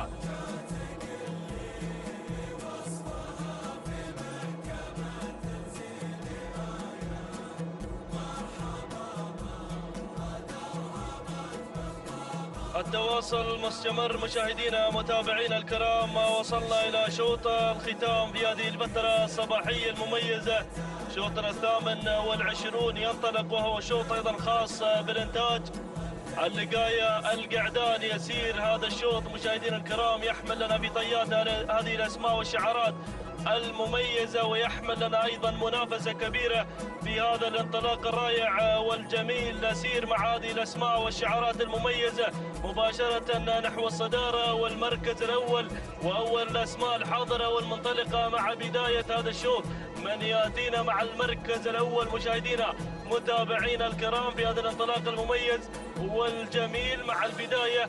وهذا الانطلاق يبدو لي شعار بن خجيم من يقدم لنا أيضا انطلاقة المميزة والجميلة، بينما أتابع المركز الثاني بهذا الأداء أيضا الرائع والجميل مع ثاني التحديات مشاهدينا الكرام. من يتقدم هنا في هذا الانطلاق المميز والجميل اللي غير في هذه اللحظات رعد لسلطان بن وسام بن سلطان الهاجري، غير وانتقل نحو الصدارة، بينما المركز الثاني وتابع ثاني التحديات مشاهدينا الكرام في هذه اللحظات. من يتقدم مع المركز الثاني شعار بن خجيم، يقدم لنا ايضا انطلاقة المميزة والجميلة مع انطلاقة هنا ايضا الجذاب جابر بن خجيم بن عايض بن فرج العذبي. المركز الثالث قدوم ووصول من فجاج لجابر بن حمد بن علي بن حمد، أو عفوا شعار العطية. هنا من يتقدم مع المركز الثالث مشاهدينا الكرام متابعينا الأعزاء، وصول من شعار العطية. يقدم لنا أيضا خليفة بن علي بن حمد العطية. والمركز الرابع وصول من شعار بن ضرمان مع انطلاقة أيضا شعارها المميز مع المركز الرابع، بينما أتابع المركز الخامس وصول وتقدم مشاهدينا الكرام مع المركز الخامس. من يتقدم هناك من ميمنة الميدان في هذا الانطلاق المميز هنا نيشان لفرج بن علي بن هادي بن حفار المري. هكذا هي الخمسة الأسماء الأولى المتقدمة مشاهدينا متابعينا الأعزاء. ولكن نعود مع الصدارة، نعود مع المركز الأول والبداية هناك مع رعد سلطان بن وسام بن سلطان بن سعد الهاجري. من يقدم لنا رعد مع البداية مع المركز الأول، بينما المركز الثاني وتابع شعار العطية. من يتقدم مع المركز الثاني مع انطلاقة خليفة بن علي بن حمد العطية. والمركز الثالث وصول وقدوم من فجات جابر بن حمد بن علي بن حمد بن ضرمان. من يأتي مع المركز الثالث والمركز الرابع وتابع الدخول أيضا في هذه اللحظات مشاهدينا الكرام من اللي وصل في هذا الانطلاق المميز مسعى العبيد بن حمد بن جار الله بن سالمين المري. يصل شعار بن سالمين مقدما لنا أيضا انطلاقتنا أيضا مشاهدينا الكرام مسعى في هذه اللحظات، بينما أتابع شعار بن حفار. من يأتي مع المركز الرابع والمركز الخامس شعار بن ضرمان يتقدم مع انطلاقة أيضا وحضور هنا فجاد مع المركز الخامس. هكذا هي الأسماء الخمسة الأولى المتقدمة في هذا الانطلاق المميز والجميل. ولكن عودة مع البداية، عودة مع الصدارة. يا سلام، هناك رعد سلطان بن وسام بن سلطان بن سعد الهاجري. من يقدم لنا رعد مع الصدارة مع المركز الأول. الكيلومتر الأخير، الكيلو الخطير الهاجري، الجماعة قادمين. وتابع المركز الثاني خليفة بن علي بن حمد العطية. والمركز الثالث وصول وتقدم من مزع العبيد بن حمد بن جار الله بن سالمين المري. يقدم لنا أيضا انطلاقة شعار المميز مع المركز الثالث. المركز الرابع بن حفار قادم مع نيشان فرج بن علي بن هادي بن حفار المري. والمركز الخامس أرى الوصول التقدم مع خامس التحديات، وصول مشاهدينا الكرام من قبل أدهم محمد بن سعيد محمد المطوع الخيارين يسر، ولكن عودة مع الصدارة. نعود مع المركز الأول مع شعار العطية مع خريمة مع البداية خليفة بن حمد بن خليفة العطية، ولكن بن حفار يحاول المحاولات الأخيرة. الله يا سلام، تابع هذا الأداء المميز والجميل، ولكن العطية يحكم القبضة على ناموس هذا الشوط مع انطلاقة خريمة مع البداية يحقق الناموس والانتصار. خليفة بن حمد بن علي العطية يخطف الأضواء، يخطف الناموس، ناموس شوط الختام معك العطية مع خريمة. سلام خريمة، سلام العطية، سلام ومشكور يا حافي على المتابعة المتميزة اللي أيضا تتابع. هنا انطلاقة سلام خريمة، سلام وسلام للعطية على هذا الفوز وهذا الانتصار. تهانينا والناموس لخليفة بن علي بن حمد العطية على فوز خريمة بشوط الختام. تهانينا والناموس المركز الثاني. وصل مشاهدينا الكرام مع المركز الثاني نيشان لفرج بن علي بن هادي بن حفار المري. والمركز الثالث كان الوصول من أدهم لمحمد بن سعيد محمد المطوع الخيارين. والمركز الرابع وصل مزعل لعبيد بن حمد بن جار الله بن سالمين المري. والمركز الخامس وصل رعد سلطان بن وسام بن سلطان بن سعد الهاجري. هكذا مشاهدينا الكرام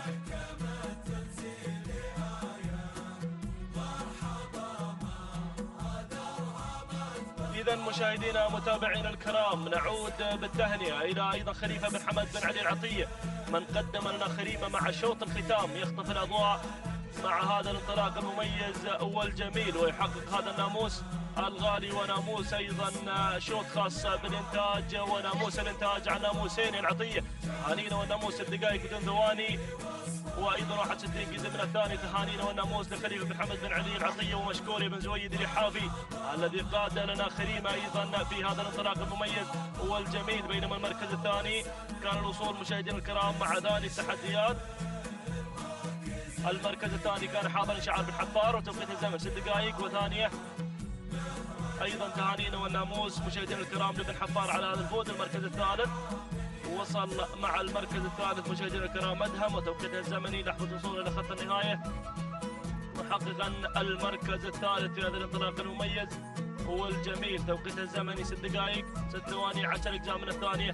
تهانينا والناموس لمحمد بن سعيد محمد المطوع الخيارين. هكذا مشاهدينا الكرام متابعينا الافاضل وصلنا الى ختام هذه الفتره الصباحيه المميزه التي حملت لنا ايضا انطلاقات سن اللقايه وايضا الجوائز العينيه القيمه في هذا الصباح. مشاهدينا الكرام متابعينا الافاضل نذكر من خلال هذه الصفحه التي تظهر على شاشه قناه الريان الفضائيه، نذكر بصاحبه الشوط الاول الرئيسي في هذا الصباح وهي الدوحه من حضرت مع اول اشواطنا الصباحيه بشعار صالح بن محمد بن سعيد النابت المري. حضر وقدم لنا الدوحه واختطف ناموس الشوط الاول والسياره نيسان بترول ستيشن في هذا الانطلاق المميز. تهانينا والناموس صالح محمد بن سعيد النابت المري. بينما نذكر بصاحب الشوط الاول الرئيسي للقعدان اللقايه حضر السيل كما عود ايضا جماهيره ومحبينه، وقدم ايضا شعار حمد بن عبد الهادي بن جابر بن حسين البريدي ليكون حاضرا مع اول اشواطنا الرئيسيه في هذا الصباح، محققا ايضا السياره.